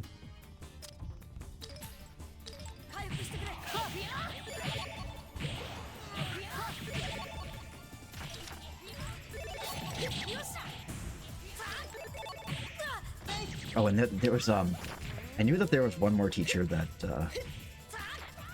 I forgot about, like a bad teacher. And I guess it wasn't so much that she was bad at teaching, it was just that like her attitude was really off-putting. So when I was a freshman in high school, I wanted to take an architecture CAD course, but I think it was I mean, they let me join it as a freshman, but it was more recommended to wait until you're a junior or senior to take that class because it involved some math knowledge that you weren't going to learn until later on. Yeah, I did have Degnan. Yeah, he was interesting. But anyway, so this teacher taught architecture and CAD. And so I entered that class as a freshman. And the math was kind of above my level. So I figured, and we only had, so they only gave us a week into the semester to drop a course if we needed to. Actually, it was either 1 week or 2 weeks. But after the first week, I decided that like this was way over my head. I was in way over my head, and it was only going to get more difficult from there on out. I only had a limited amount of time to drop the class. So, if you wanted to drop a class, you had to go into the office, the administration office, get the drop form signed by your counselor, a parent or guardian, and the teacher of the course that you wanted to drop. And my mom and my counselor signed off on it, no problem, no issues. But when I took the course, or I took the slip to the teacher to have her sign off on it, she just kind of like gave me hell about it. She's just like, "You've only been in this class for a week," and I'm just like, one, I only have 2 weeks into the semester to drop the course, and two, like it's like I'm already a week in and it's way over my head. Like I was thinking of, my game plan for that was that I was going to drop the course and then try again when I was a junior or senior. But with how, like, I don't know, she just kind of got, as a former teacher, that makes no sense. What doesn't? That you have to, let you answer. I don't know. It's just like her attitude about like you've only been in this class for a week. Why are you dropping it? Just kind of like left a bad taste in my mouth. bad feelings, and it's just like, okay, well, I was going to take this later on when I was more prepared for it, but now I don't really want to. And it's a shame, because I did want to, you know, go into architecture and stuff like that, but, you know, sometimes just a teacher with a nasty attitude can ruin it for you. But yeah,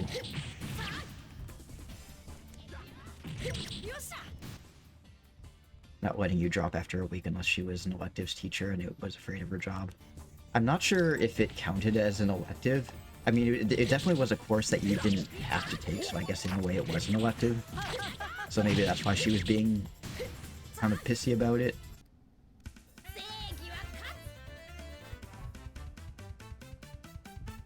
I only had to drop a course twice when I was in high school. The other course that I dropped, you know, the teacher was just like, oh, it's fine. Yeah, and she just signed the thing.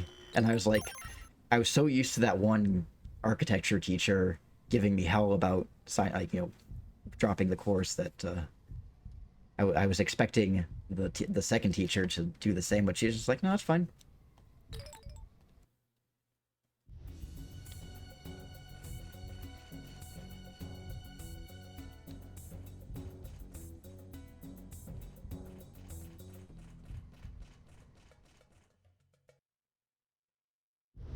Yeah, maybe that was it.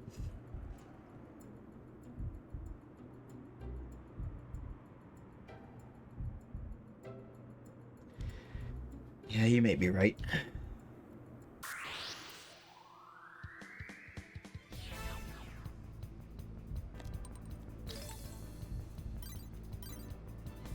Something about taking Gil to defeat Seyfid just seems so wrong.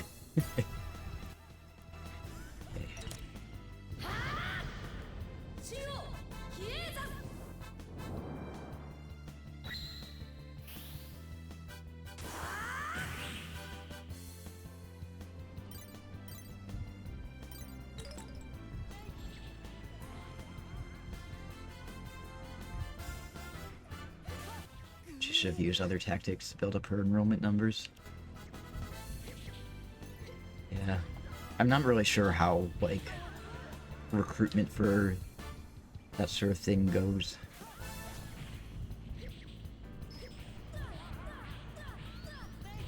Yeah. They always made you do the Walk of Shame if you wanted to drop a course in grade school. It's like, you gotta get your count. Well, actually, I think in, when I was in college, what university, actually, I think you had to just, I think you only needed to get a signature from, a guidance counselor, but you didn't have to, like, get a signature from a parent or the teacher of the course.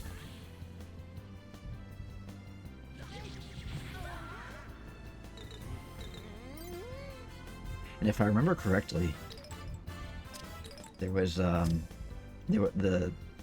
my guidance counselor when I was in university, I think she also kind of gave me shit for dropping a course. I forget which one it was. But it's just like, I don't understand that. It's just like, clearly I've thought this over enough, and I'm a grown-ass adult, and I can make my own decisions about whether or not I feel like it's worth it for me to stay in a class. The last thing I need is for you to guilt trip me over it.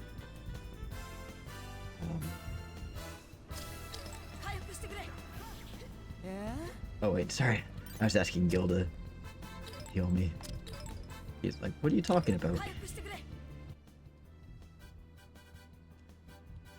He's asserting dominance. Spit. This is just BDSM for them. Uh-oh. He's secretly enjoying this.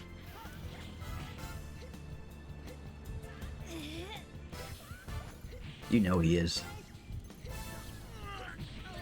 Oh, okay.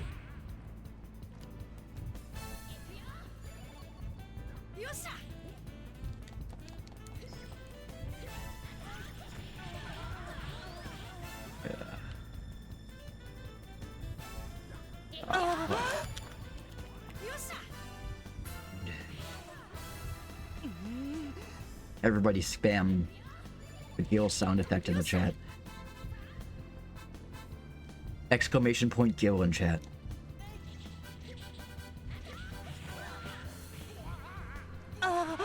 Well, okay. I wish the white elf form of Seyfried got used in the... Me too! It's just like... It's such an adorable model too. I know when Robbie was writing this Radiata Stories fanfiction back in the day, it was called, what was it called? It had a Philion in it. That was basically, the story was about how Lucian came to be Philion. And in that story, Seyfried, his light elf form was like a more older, mature-looking white elf. Like, he looked older than even Zane and Nogueira.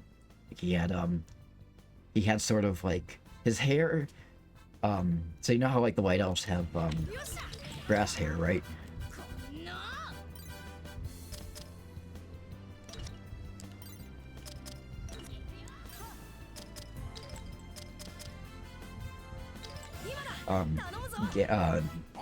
Seyfried's white elf form. Sorry, I'm concentrating.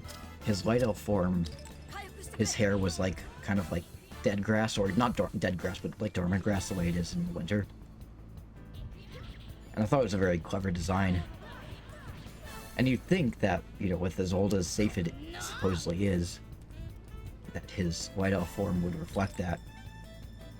But instead, they made him a kiddo. Little child. His hair was a tree instead.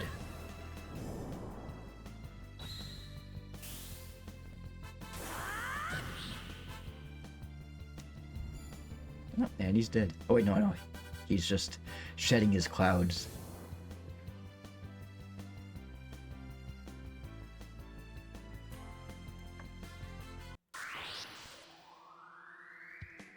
The fact that they made Seyfried, who's this like super powerful dragon. Wait, she can't heal yet.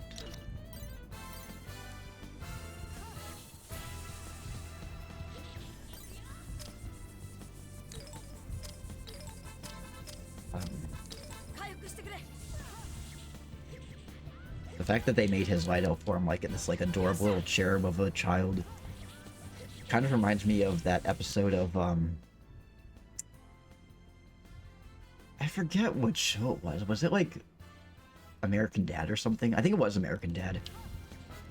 Where like I think Stan dies and goes to heaven, but like he has to, like, he's about to be sent to hell or something like that, and he has to argue his case. So he gets assigned a lawyer, and like the lawyer is just like a regular, like, adult looking lawyer, and the lawyer for the opposing, for the prosecution, is like this adorable looking little cherub. And he's like, oh well, he doesn't look so threatening, and it's just like, no, you don't understand. The older and more experienced an angel is, the more small and cute they are. He's like, oh shit.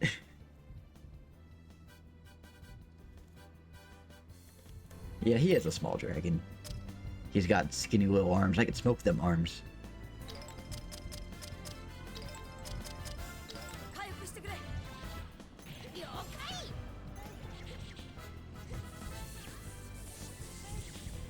He's like little pencil neck dragon. Pencil neck son of a bitch.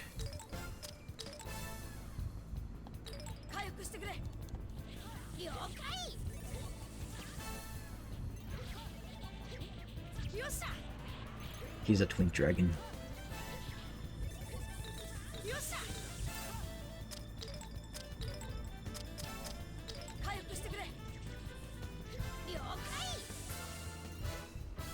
Yeah, man.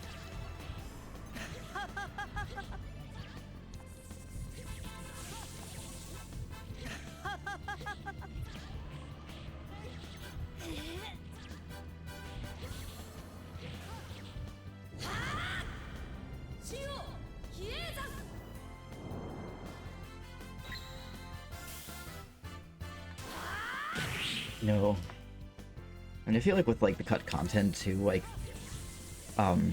it kind of makes sense when you read that the interview with the developers, because I think what happened was I think originally they want to make the game, they want to make the story a little more serious, but then like halfway through the development they decided that they wanted to have like a more goofy tone to it, and so that's why the final product of the game, well, for one thing, that's why there's so many deleted cutscenes that, you know, that were never used. But at the same time, this game sort of has a tone problem where, like, you know, it'll go from like super serious and, well, it starts off goofy and then it gets like super serious, and then like there's still some goofy moments sprinkled in there. It's just like you got two chefs in the kitchen. One wants to make it spicy, one wants to make it mild, and they've got two different creative visions at odds with each other. Tap and die. I need a tap and die and some WD-40. I always think about that whenever I come across something that's really rusty. There are these two-person swings. They're like porch swings, like it's, you know, like a bench that you sit on and it swings back and forth by the shores in Portland. And they're made of metal and they're really squeaky. And I was thinking, like, this needs some WD-40. I need a tap and die and some WD-40.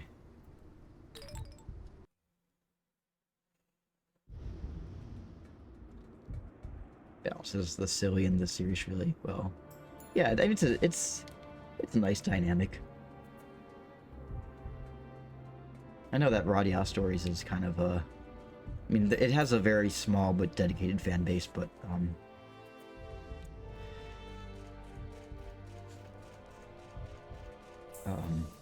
I do know that it's not for everybody. It's very much an acquired taste, and for the people that have acquired that taste, they go hard.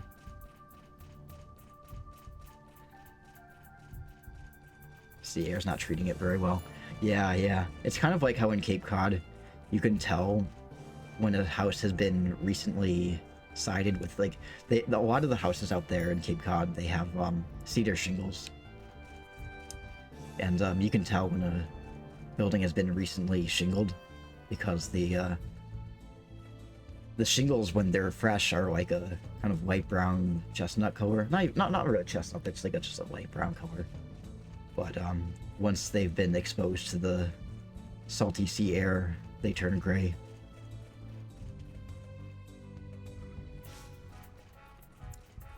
Time to go back and save.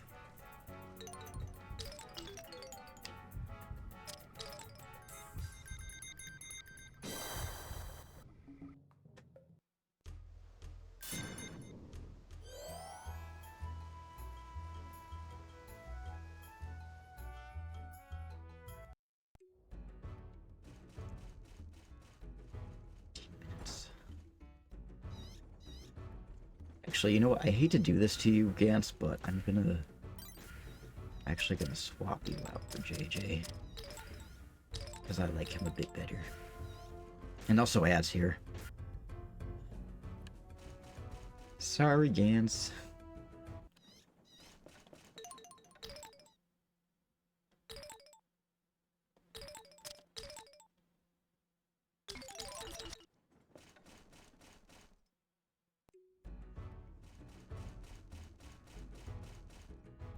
Open up my Red Bull. I don't know if this is I don't know if this is a good idea, because I had like a little energy drink shot. Okay, let's see. This is what's it called? It's called Proper Wild. It's 2.5 fluid ounces. It's 74 milliliters, and it has 100 milligrams of caffeine in it. And I'm not a doctor or a nurse or medical professional, But if I drink a Red Bull in combination with this, I might shit my pants and die. But I do like JJ, and he has a pretty good Volti, so from what I remember.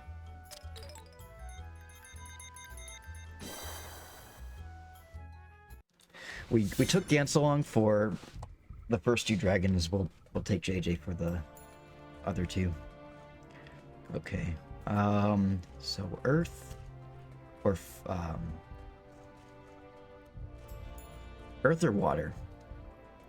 Which one do you think we should do next? Who is next on the chopping block?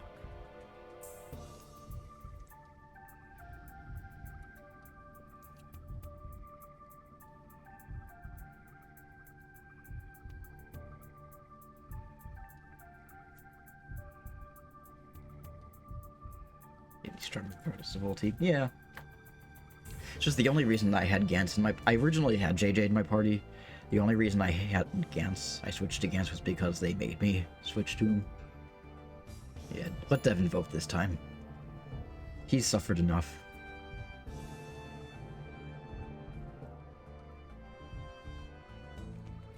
Our choices are Earth or water. Earth or water.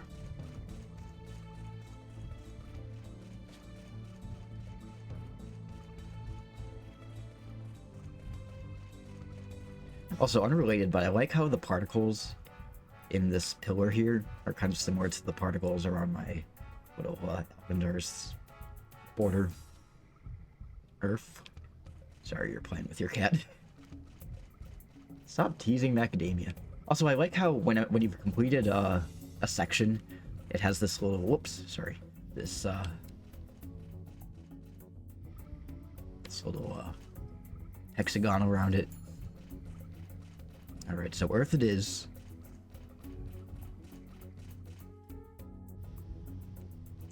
Still love that picture of macadamia, where Devin was hoisting her up, and she meowed, but it looked like she was like screaming. See if I can find it. I think it's on Discord, if nowhere else. Yeah, here it is. Oops. I wasn't paying attention to the... See if I can zoom in. It's like, unhand me, human. And the grin on Devin's face. That's a mood. That's like owning a cat in a nutshell. Just torment the poor animal.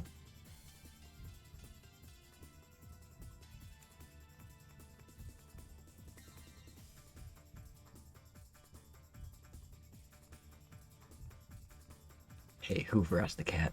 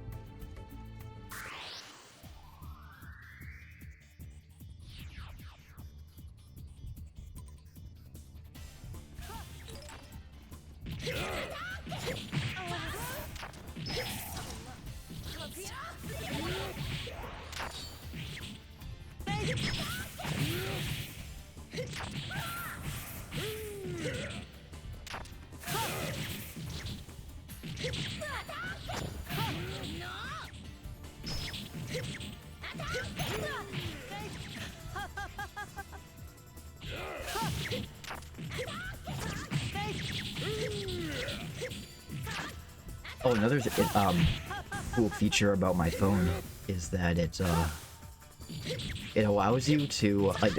Okay, so I like that it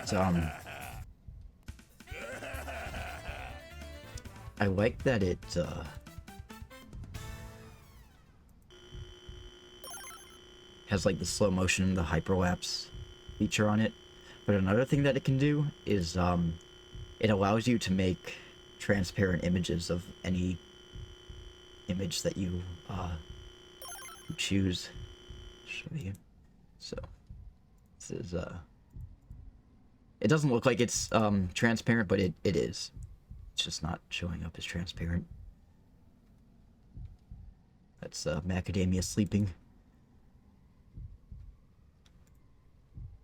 So I was just looking at the photos that I sent in the... Oh, okay. Push another...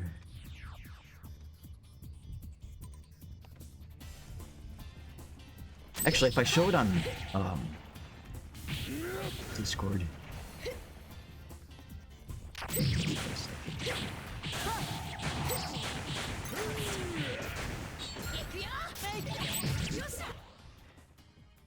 Okay. See. Transparent cat.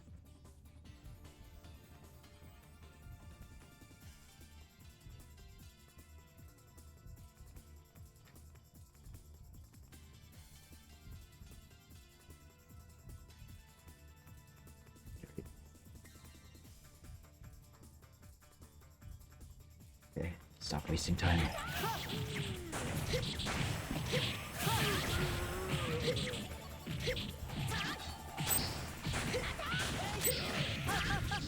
Oh, JJ doesn't really say anything, he just makes like labored grunts. He's like, she's chunk. Yeah, I remember the first time. So like my sister, one of my older sisters, not Catherine, but she used to have this cat, and the cat had a fupa because she had been pregnant before. So when I first met Macadamia, and I saw her fupa, I asked if she had been pregnant, and Devin's just like, nah, she's just fat.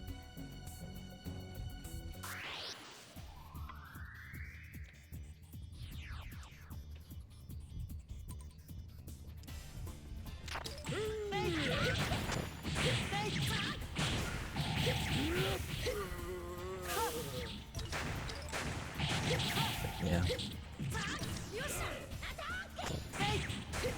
Or my sister's cat, Penny. I think she was an orange cat and female, which is kind of odd, or you know, it's not as usual because the orange gene is carried on.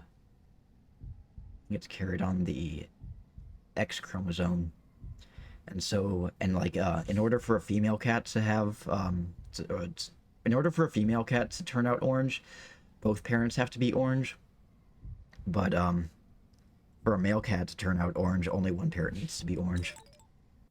But anyway, Penny was a female orange cat, and she didn't like men. I think she had been abused by like a previous owner and was nervous around men.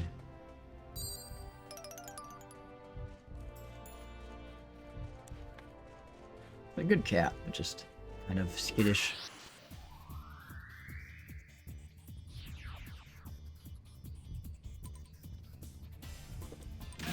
Now that I think about it, she might have been rescued from like a breeder or something. You know, combine her apprehension with men, along with like the fact that she had a fupa because she had been pregnant like several times.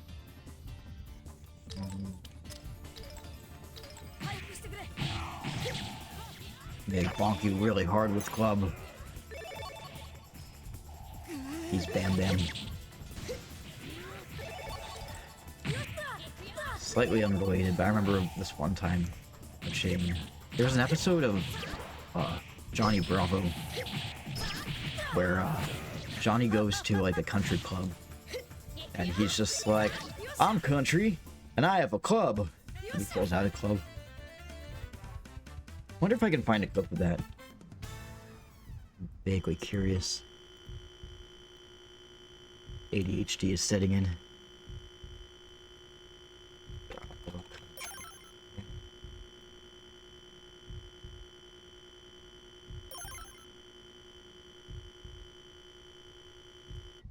Yeah, maybe not.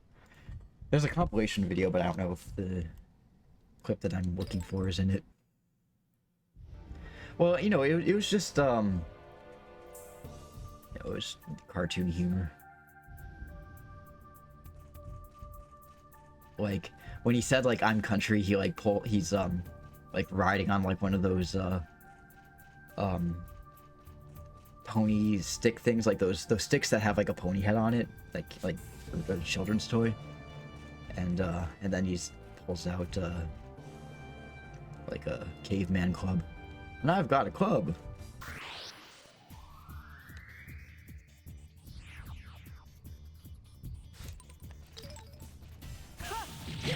I want to rewatch those old 90s cartoons from like Nickelodeon and Cartoon Network.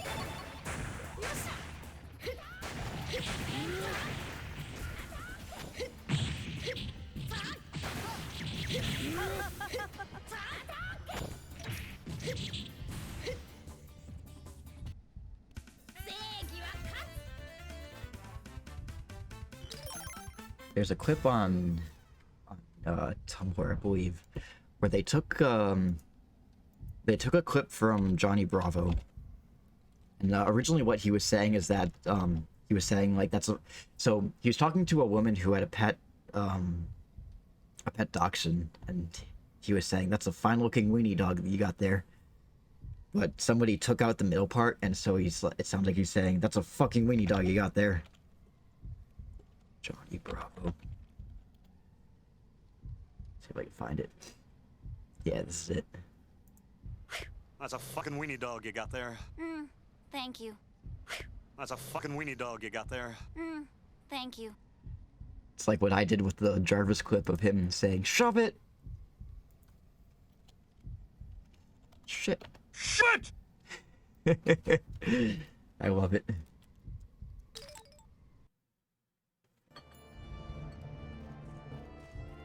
That's a fucking weenie dog you got there.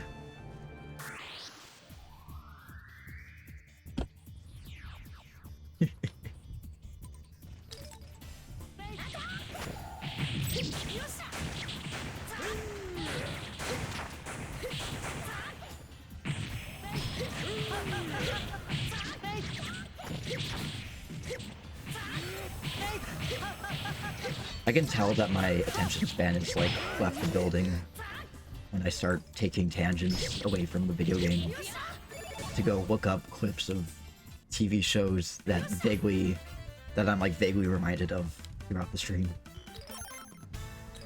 Excuse me. I'm gonna regret opening up this Red Bull.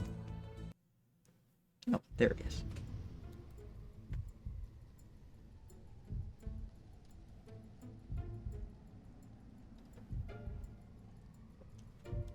Also, it feels like time is, well, it feels like I've been streaming for a really long time, but, it's only been 2 hours and 8 minutes. So my brain is, like, super sped up. Everything's sped up.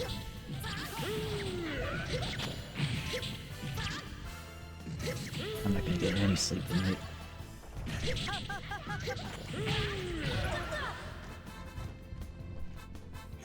Here's the tangents too. Okay, that's good. Aw, dang, I should have used JJ's. That's okay. Next time.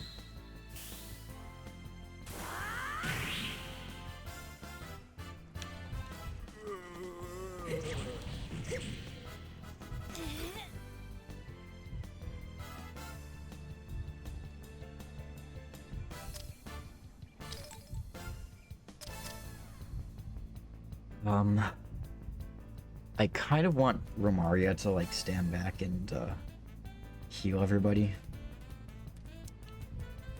So, I don't know. Well, she can't do it right now, because she's bound. Nothing I can do right now, I guess. So I could...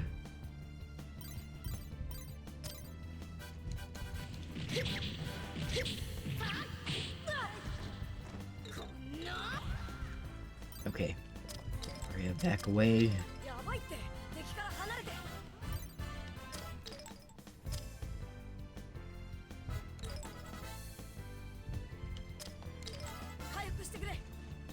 Heal our poor. Ah! Uh-oh. They heal me now.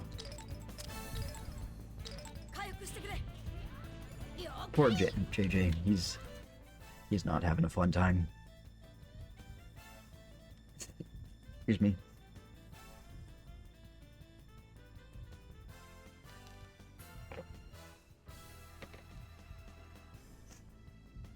Yeah, that is.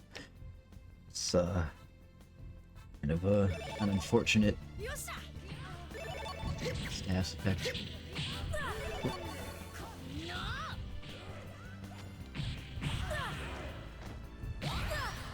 Ugh.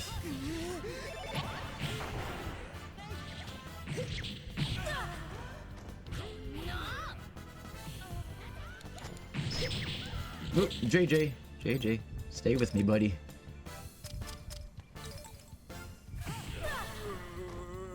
Poor guy.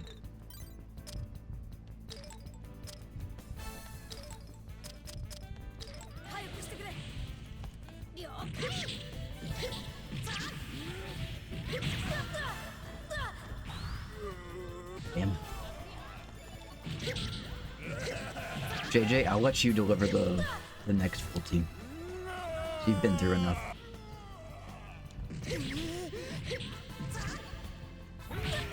Okay.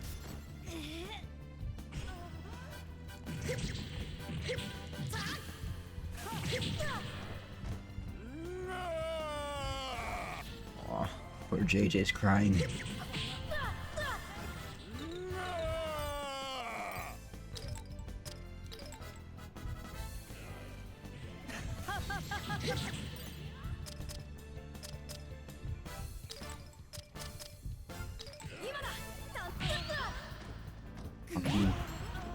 You dickhead. You asshole. Fuck off.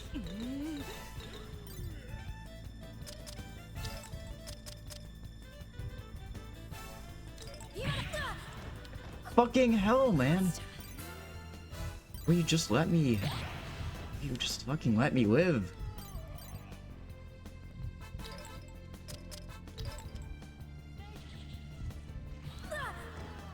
No.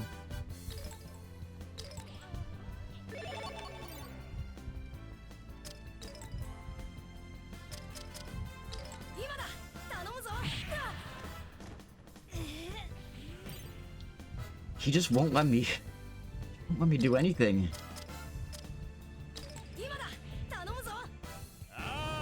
Fucking finally.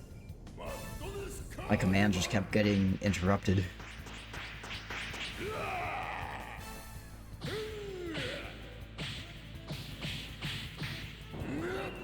Yeah, going for the kill. Not really quite the kill, but you know.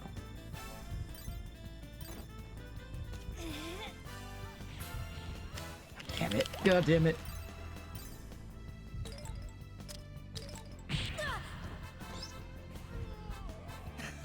Taking everything in me to not die.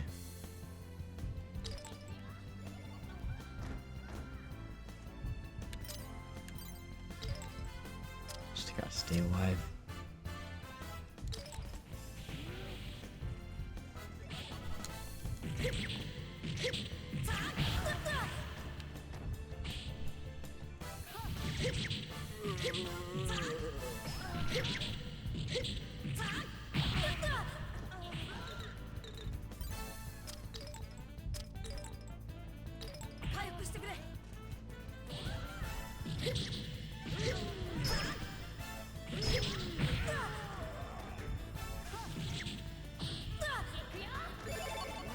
Heal me.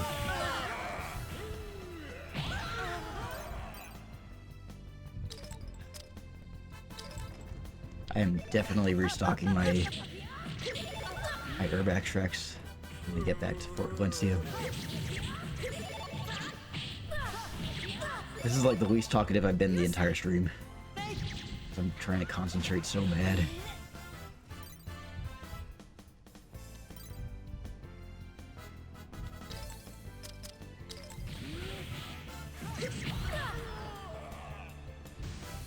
Oh, no, he's dead now.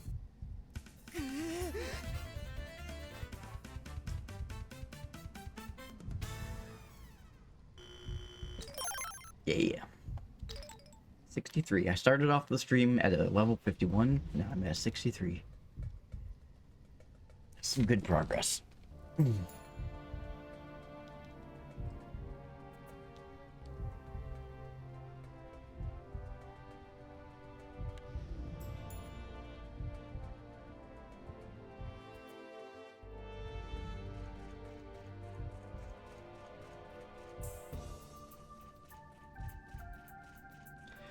Yeah. So now we go back and we save. And then we're off to fight the last elemental dragon. Which is Kelvin, the water dragon. Oh, wrong way.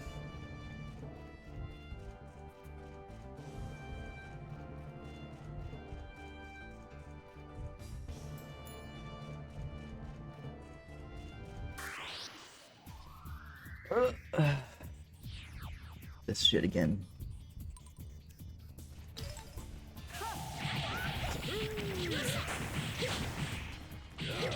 Get out of here.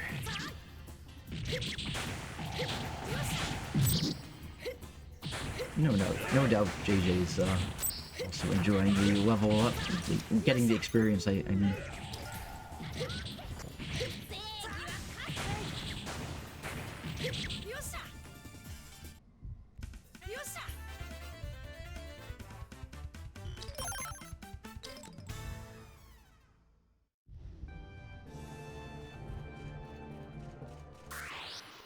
Well, you guys want to fight? Get this over with. Kelvin has the most HP, but is still probably the hardest. Yeah. Kelvin, does he inflict very many status effects?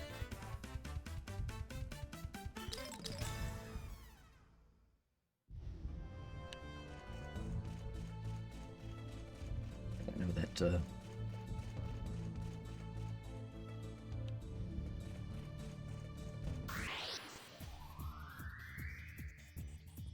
Bod was pretty brutal with his status fix. Not as bad as some. But I know that when we get to He Who Shall Not Be Named, he's gonna kind of wipe our ass with the floor. No, not right, but he's gonna wipe the floor with our ass. I don't know how to speak. Wipe our ass with. Sorry. That was a botched turn of phrase if I ever heard one. He spams freeze a decent amount. Good to know.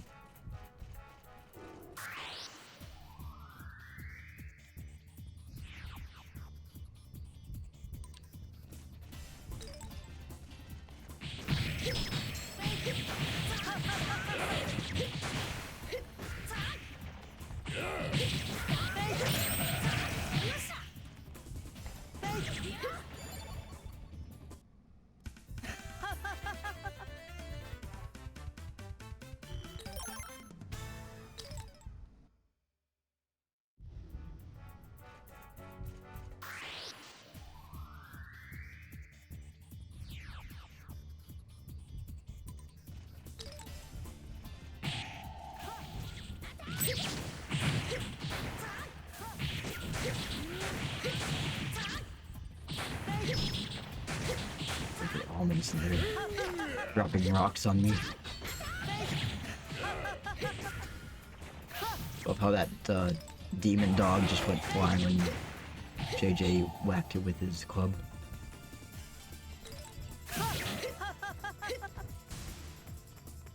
He knows how to do a knockback. He's very good at it.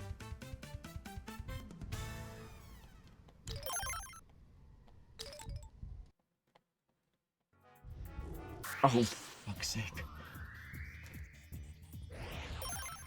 Alright. Like how JJ's like just facing me. Don't attack me, JJ.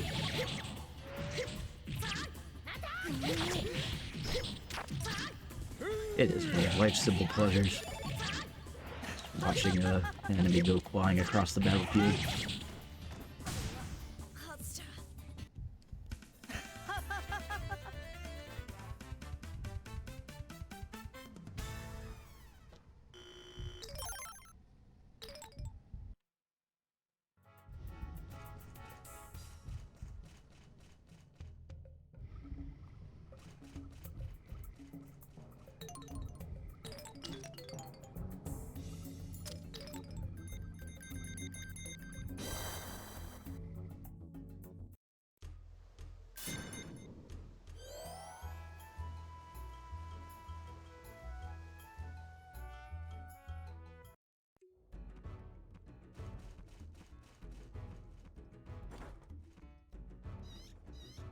Imagine you attack someone while confused with Valvern and instantly kill them.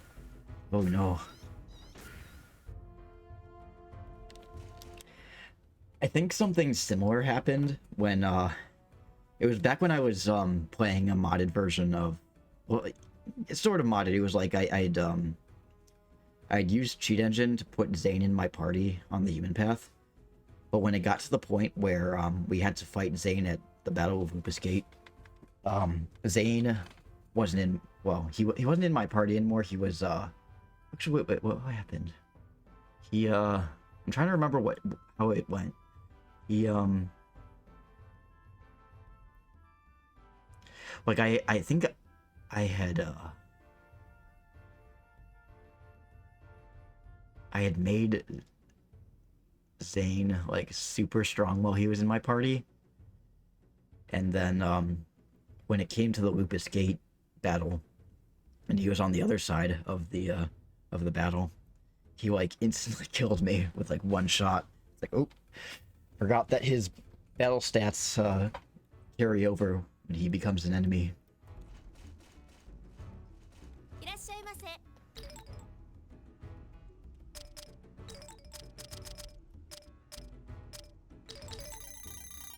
I wonder if I should, if there's any, like, items that can heal status effects or... Let's see, we got Moon Fragment.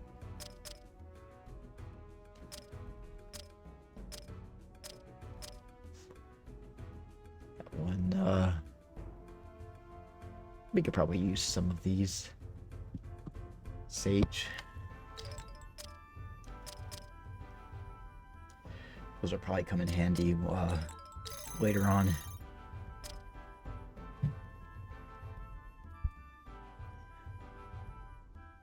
Cool, while you were studying the blade, I was sitting right next to you in class.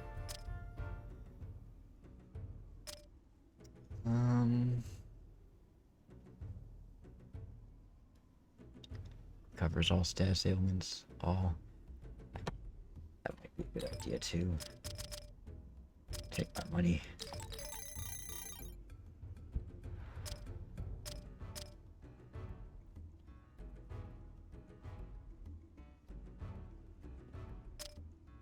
Panic powder and I've got enough divine nectar. I think this is sufficient. I created my own super boss on accident.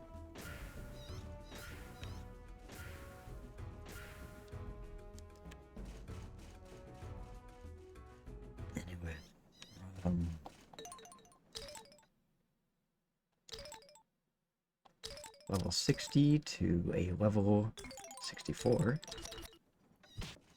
Keep in mind we started off at a level 51 at the beginning of the stream. So we're doing pretty good.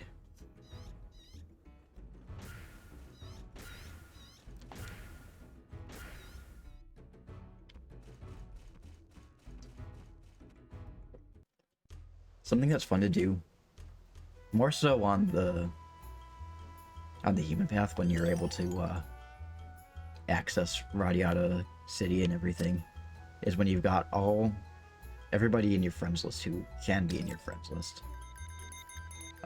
You put them in your party and then you immediately take them out, because when you put them in your party, it erases them from the overworld until the world resets at midnight. So if you put everybody in your party and then remove them, you like pretty much walk around Radiata City with just like empty town. Right, Water Dragon, here we come.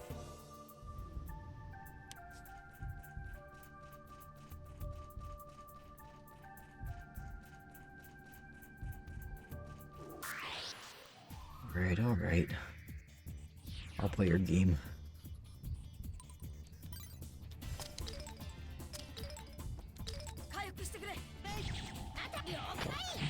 You look so disappointed.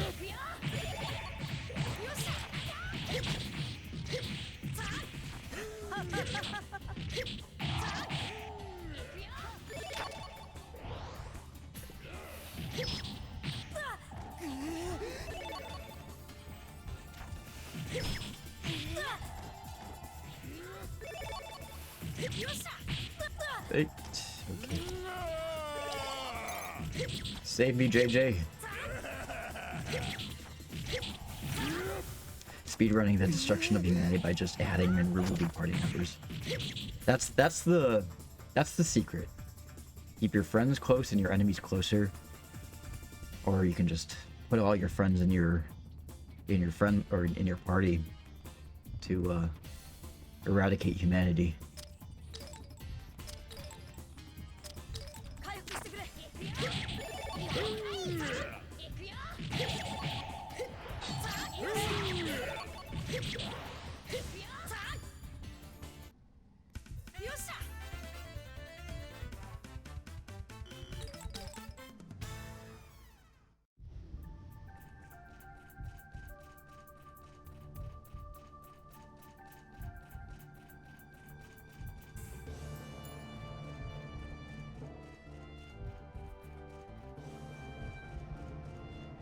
Oh, wait, is that it? Yes, that is it. Well, thanks for wasting my time, Corridor. Alright, let's go to the other end. This is me running from one terminal to the other in my way over in Baltimore. Out of breath. Not knowing that my checked baggage isn't going to make it.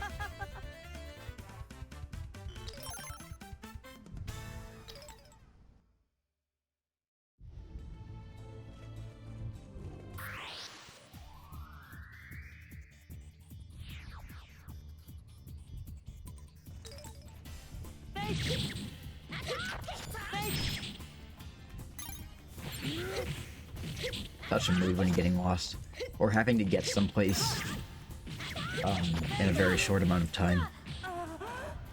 Oh, yeah, you weren't here when I was telling the story, but when I was coming back to Chicago, excuse me.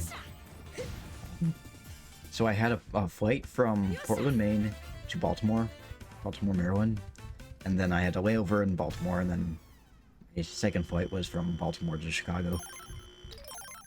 My original connecting time was like 45 minutes or so, but my first flight was super late to take off, super late to land, and by the time we landed in Baltimore, my flight to Chicago was already boarding.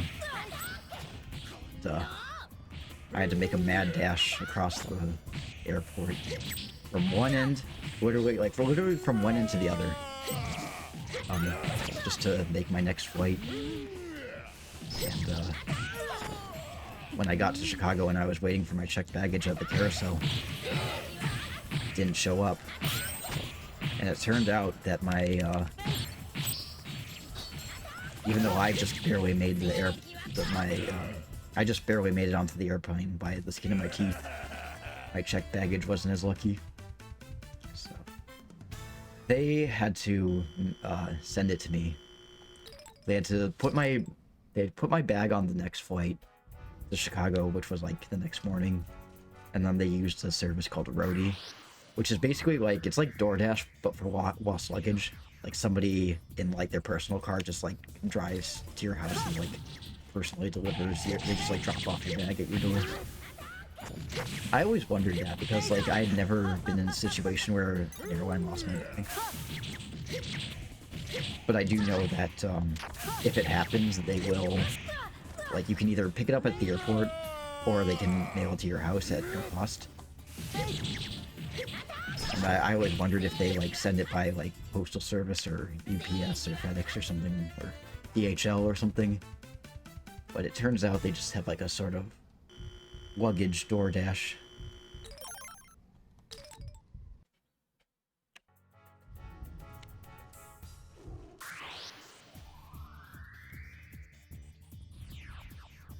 It's like Uber, but for lost luggage.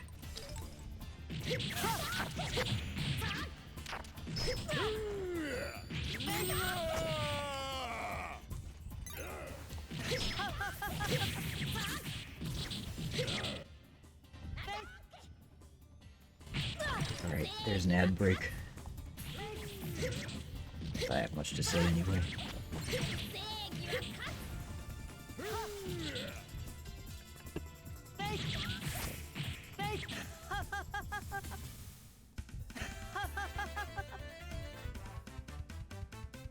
Oh, that was a pretty short ad break.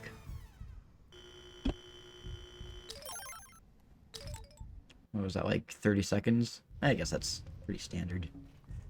I try to make the ad breaks as short as possible, or as short as I possibly can. Just because the ad revenue helps supplement, like, Twitch money, but at the same time, like, I don't want it to completely overtake the stream. Like, I've been in some Twitch streams where, like, it's clear that, they either don't really know how to balance ads on their channel, or they're just getting, like, way too opportunistic about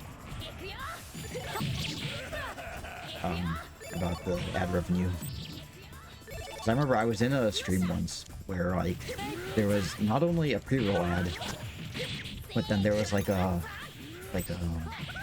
minute, like, I think it was actually like a 2-minute ad break every like 10 or 15 minutes. It's just like, that's just ridiculous.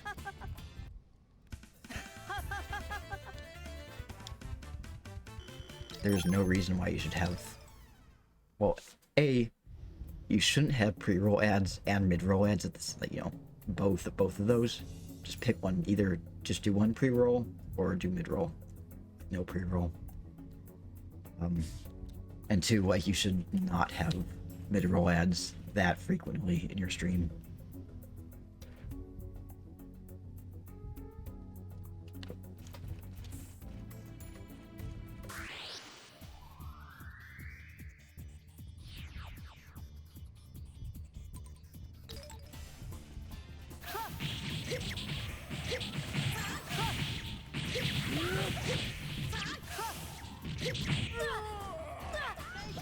I do appreciate it when you guys let me know when there's an ad break, so I can kind of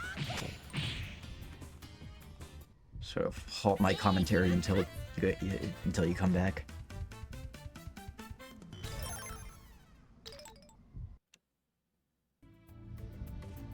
The good thing about the Dragon Lair Cave is that it's a very good place to level up if you want to grind, for the sake of grinding.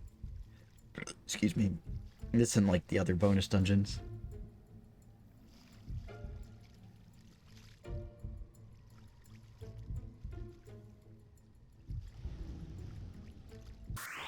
Because like I said, I started at a level 51 And now I'm at a level 66. Alright, JJ, do you want to do the honors? I know he's technically your guardian, so it only feels appropriate that you would be the one to deliver the first blow.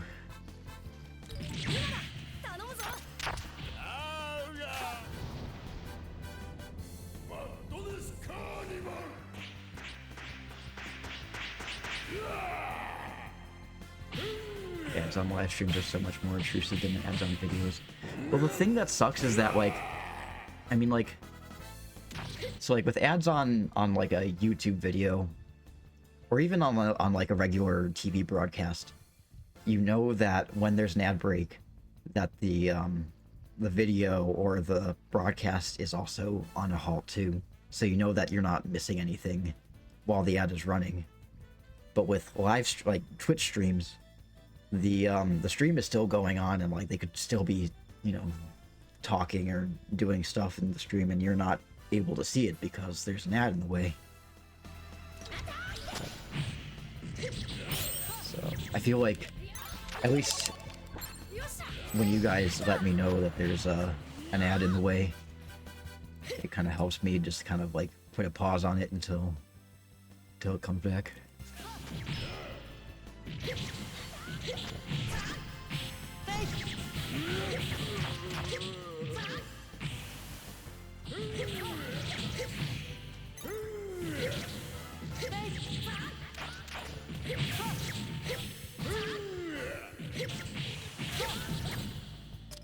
Alright, JJ. Go for it again.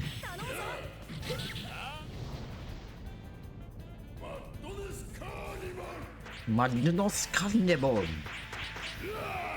Yeah.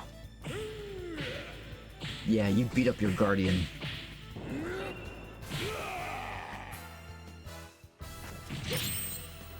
Oh, I'm frozen.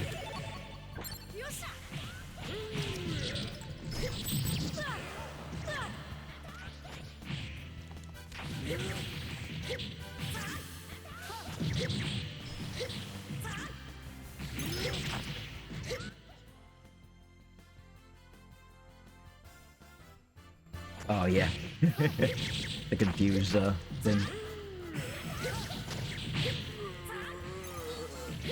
Nice touch. All right, JJ, time for round 3. Abusing your guardian.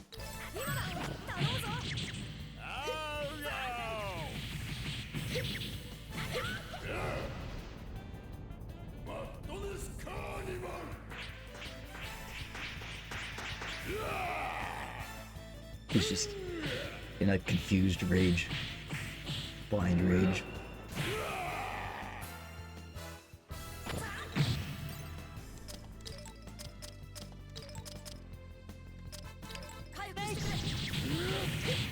Careful, he's a hero.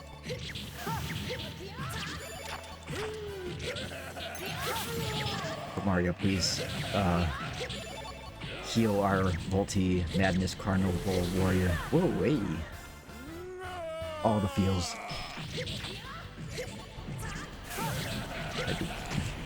Yeah, it's called having a concussion.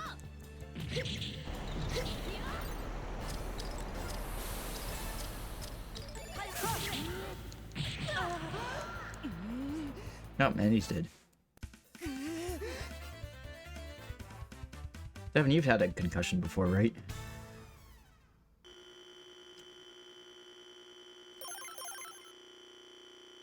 I've never had one. Yeah. It sucks.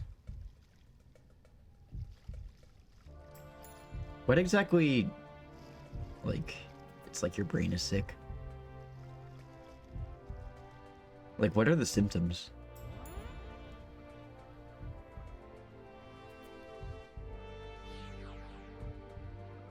Oh, and there's the Radian,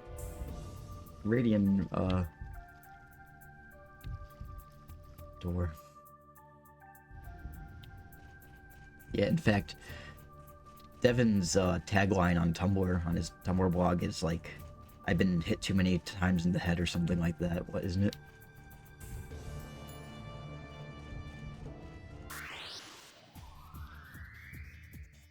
it's like a. So is it like a really bad headache for like a long period of time?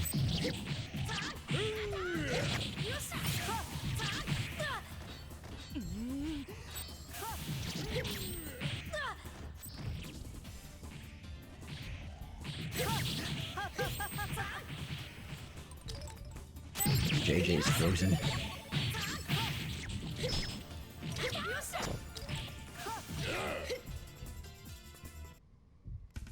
Process count.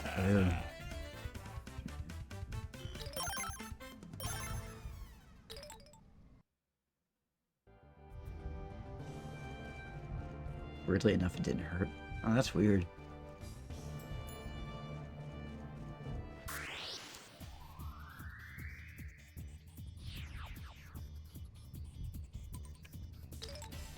So when you had it, was it just like how did you get better from it? Did you have to like go through like PT or anything like that?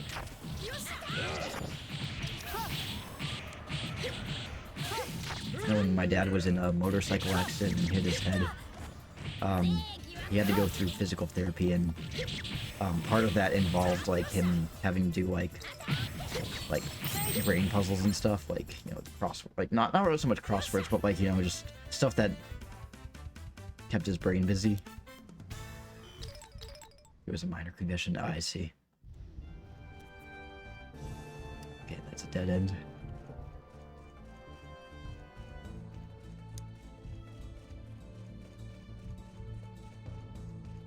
Gotcha.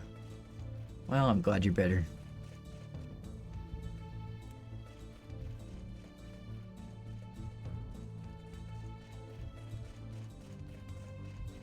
Same for 2 weeks.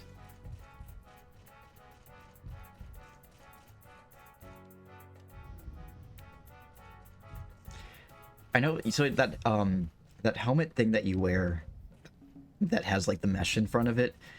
How good is that? How good is it at like kind of cushioning from like hard blows like that?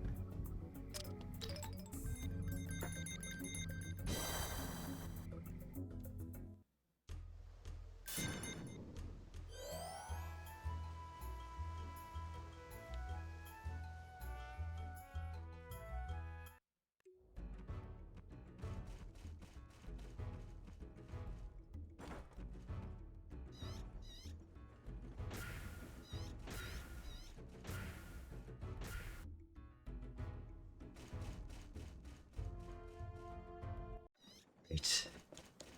Gonna save, and then we're gonna go fight Radian.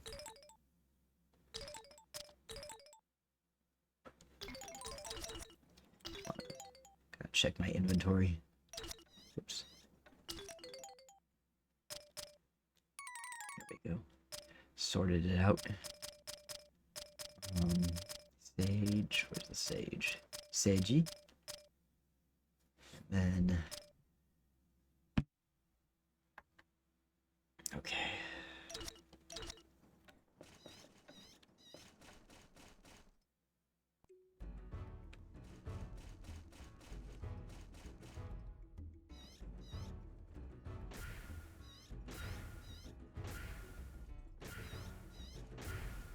It's gonna be bot on steroids, yeah. God help me.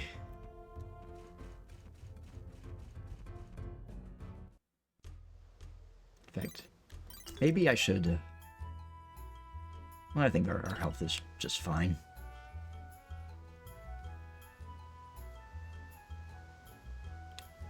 Yeah, that's fair. Wasn't there somebody, not in your club, but like, there was a competitor in like one of the leagues that you compete in who was just like a total asshole, and they were purposefully, like, when you would turn around, they would like hit you in the back of the head. I remember you telling some sort of story about that when we were watching $1 Million Baby. But I don't really remember the exact details about like who that person was or what they did. Alright, here we go. We're on the corridor to Radian. Highway to Hell.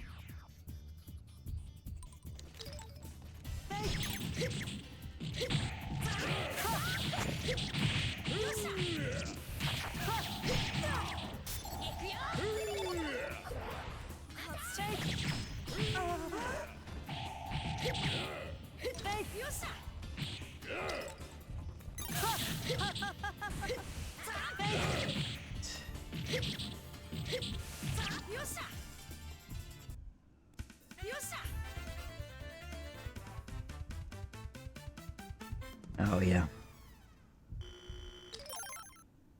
They never hit you, though, right? It was just something that they were kind of, like, known to do to other people. The revenge hit.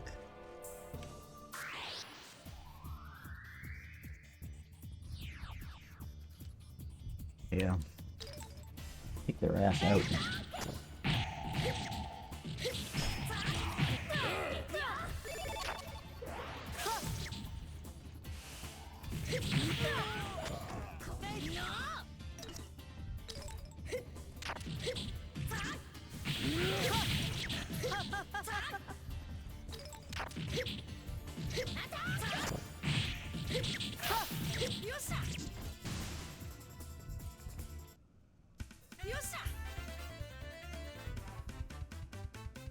Oh, they're from the West Coast. I see. So if they're all from all the way on the West Coast and you're on the East Coast,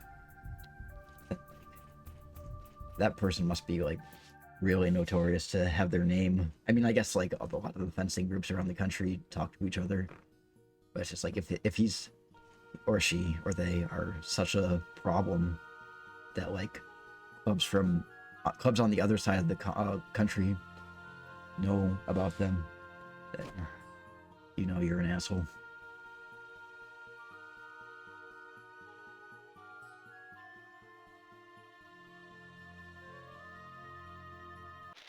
There he is. Here's the boy.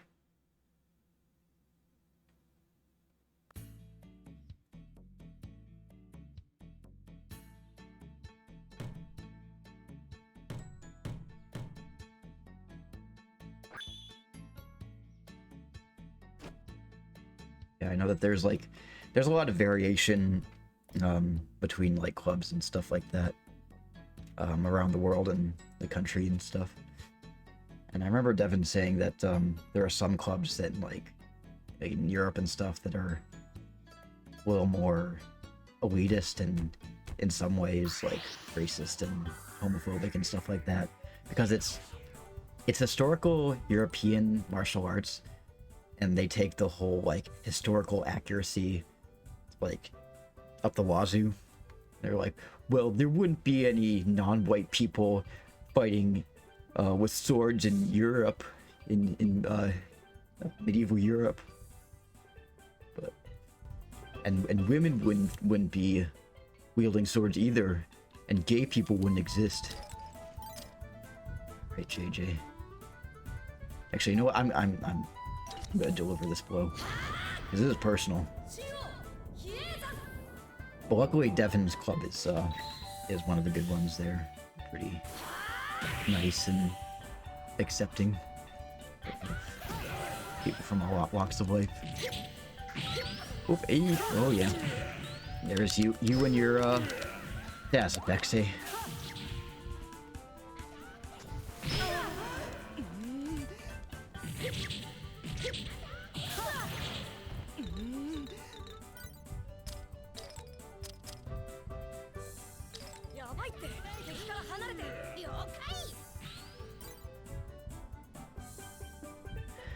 I love that face that Radian's making right now. He's like,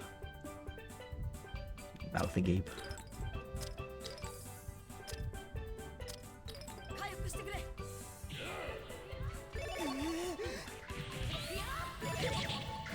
Yep.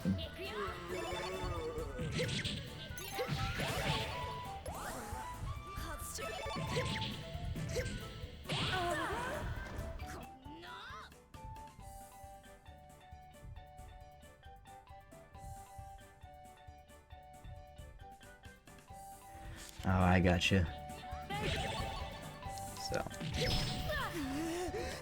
Devin the way he got his concussion was that the instructor from the previous club that he was in for is they weren't very good at like moderating like pairing people up who are like equal experience to one another. He got his head hit a lot. Alright, Gil. Actually, Romaria, you can heal Gil.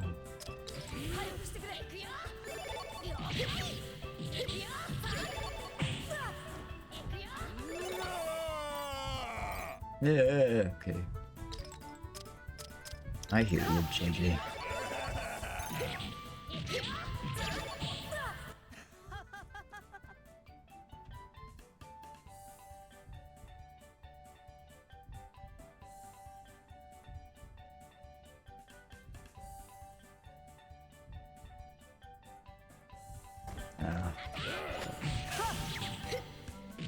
Yeah, was that the fencing club that you were in when we started talking? I do remember like in during COVID, that club I think dissolved or something, and then a new club formed.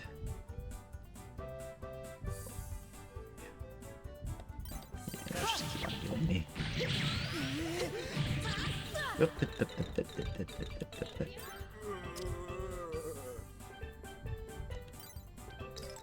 Poor JJ. He's so unhappy. I feel like having bought Sage and I feel like the Sage is kind of useless right now because even though he does bind, the bind doesn't seem to last that.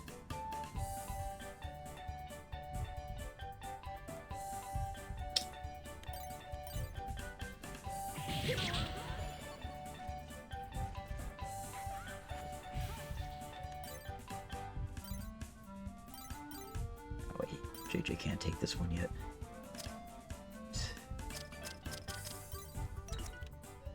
I think a better thing to do would be to buy or acquire an item that doesn't heal dash effects. It just prevents them for like 30 seconds or whatever the limit is.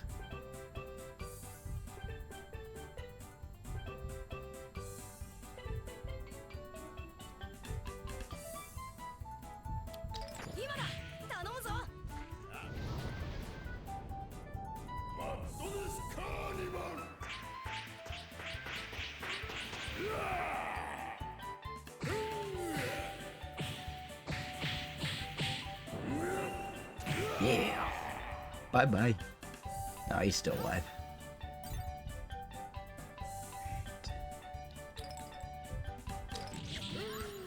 Oh, now he's getting feisty.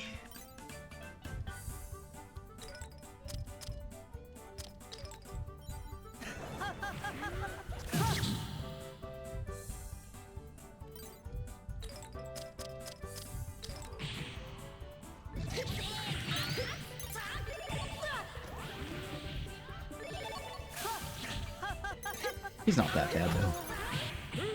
But you know what? I better not say that. I think we still got a ways to go.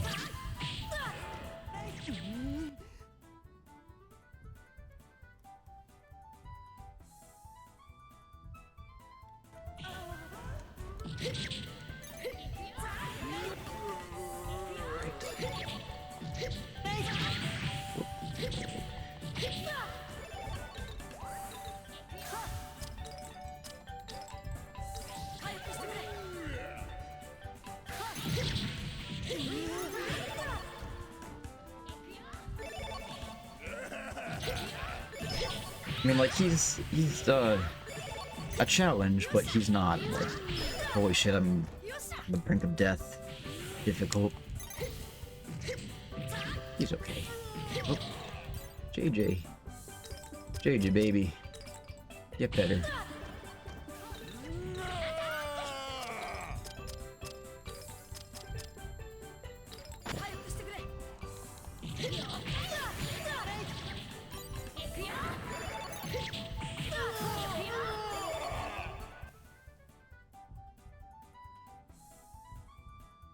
Yeah.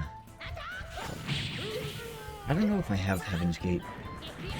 I've just been like very minimal with like the special tricks and items that I've been using in battles. It's my turn to do a ulti. JJ and I will trade off.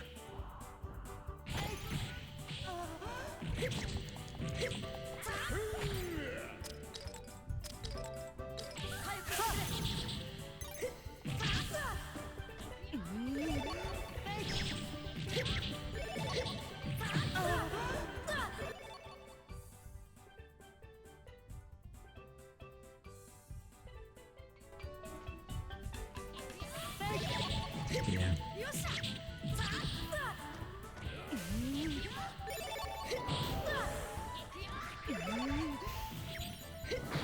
Hey, yep, okay.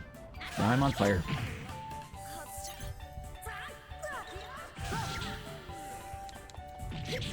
Not cool, Radian.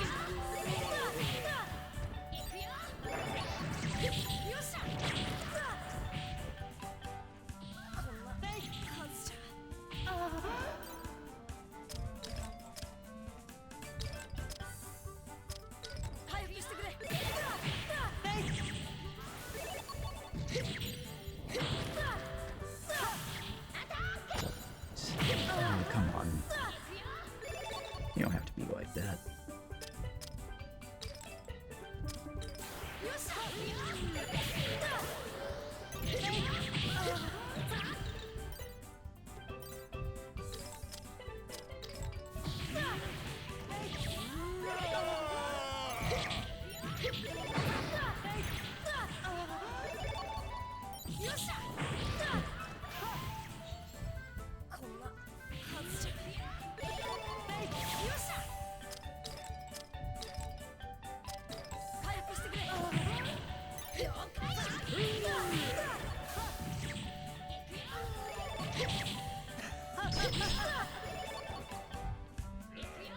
Come on.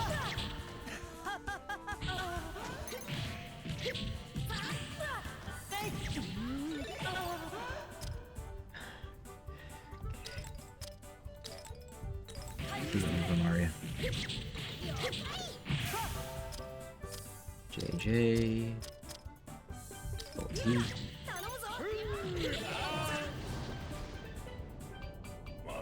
This is the fourth ulti we've done in this battle.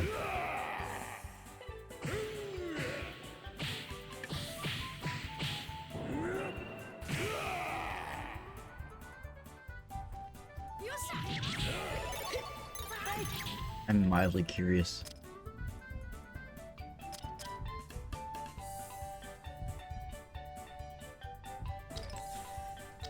How close are we? Oh dear. I mean, we've managed to chip away at him a considerable amount. He went from 46,000 to 14,000. But we still got a ways to go.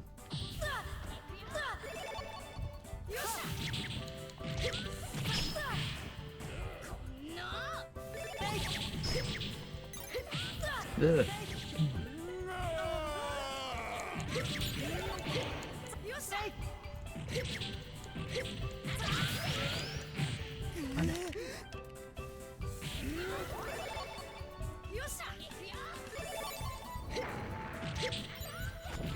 Oop.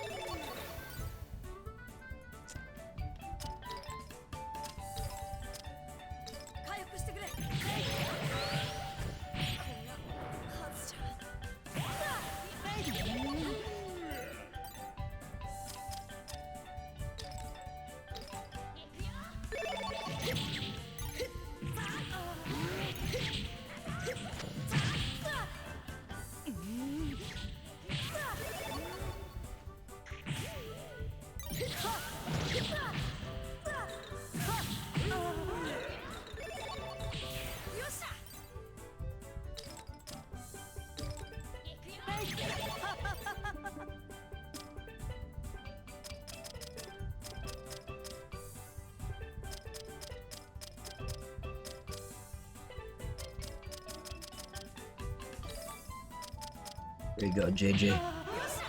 You earned it, buddy.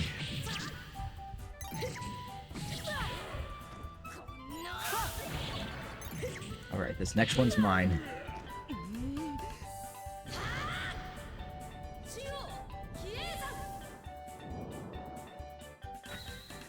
Yeah, that's a big part of it. I mean, it's definitely a longer fight, and it's more tedious, but it's like you said, he's not bothering my hero as much, preventing her from doing her job.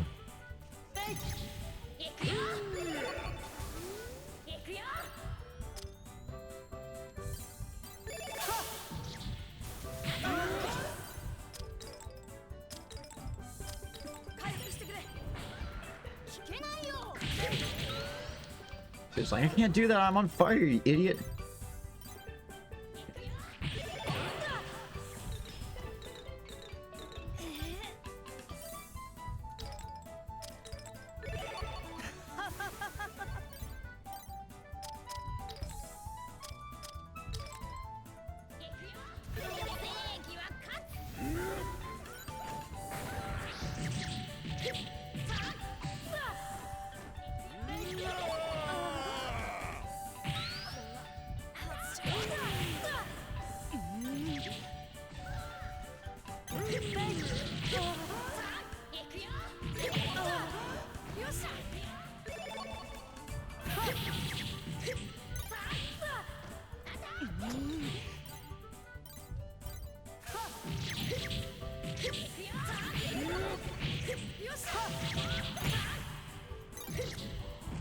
And he's dead.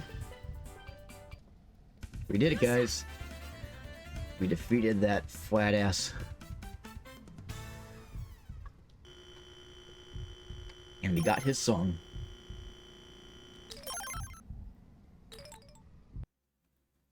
GG. W's in chat. Take that!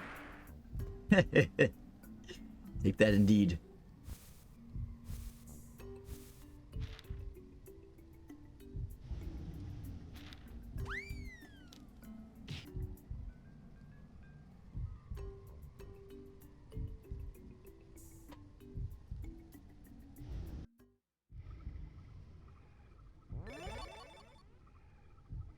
Alright, now we can go to the distortion corridor. But first I want to, I think that's something that we're going to leave for the next time we stream Radiata Stories. That's the distortion corridor and all the other enemies that follow after. Or that are included in that. I'm going to go to Fort Valencia and save, though.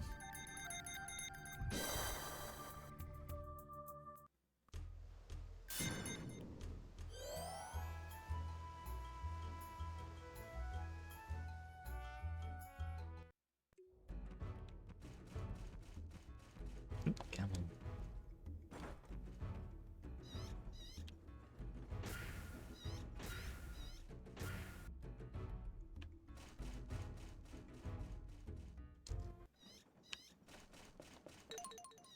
Save. 67. We're at a level 68. We went from 51 all the way up to 68. Whoops. All right. Let's put on some music. This sounds kind of Radian-ish. It's from Chameleon Twist. Anyway, let's do a raid. I think that would be a good idea. But first, let's talk about the upcoming streams. So tomorrow, since it's Saturday, it's schedule day, and I'll release the schedule for this upcoming week on Saturday morning sometime. Tomorrow, tomorrow night we are playing more Four Swords Adventure, and we're going to, I believe we're going through like the desert, and I think Frozen Harbor as well. But we'll see how far we get. It's probably going to be a shorter stream tomorrow, as opposed to tonight, which was like 3 hours. And that's pretty much it for the rest of the week. Next Radiata Stories stream is going to be TBD. I'm still working on like when I'm gonna stream next, because I'm trying to go back to work and make back the money that I spent on the vacation. It's good to see you again too, Catherine. It's been nice. I mean, it was a fun vacation, but it's also kind of nice to come back to streaming and hang out with you guys. But thank you all for coming. Let's see who's online to raid.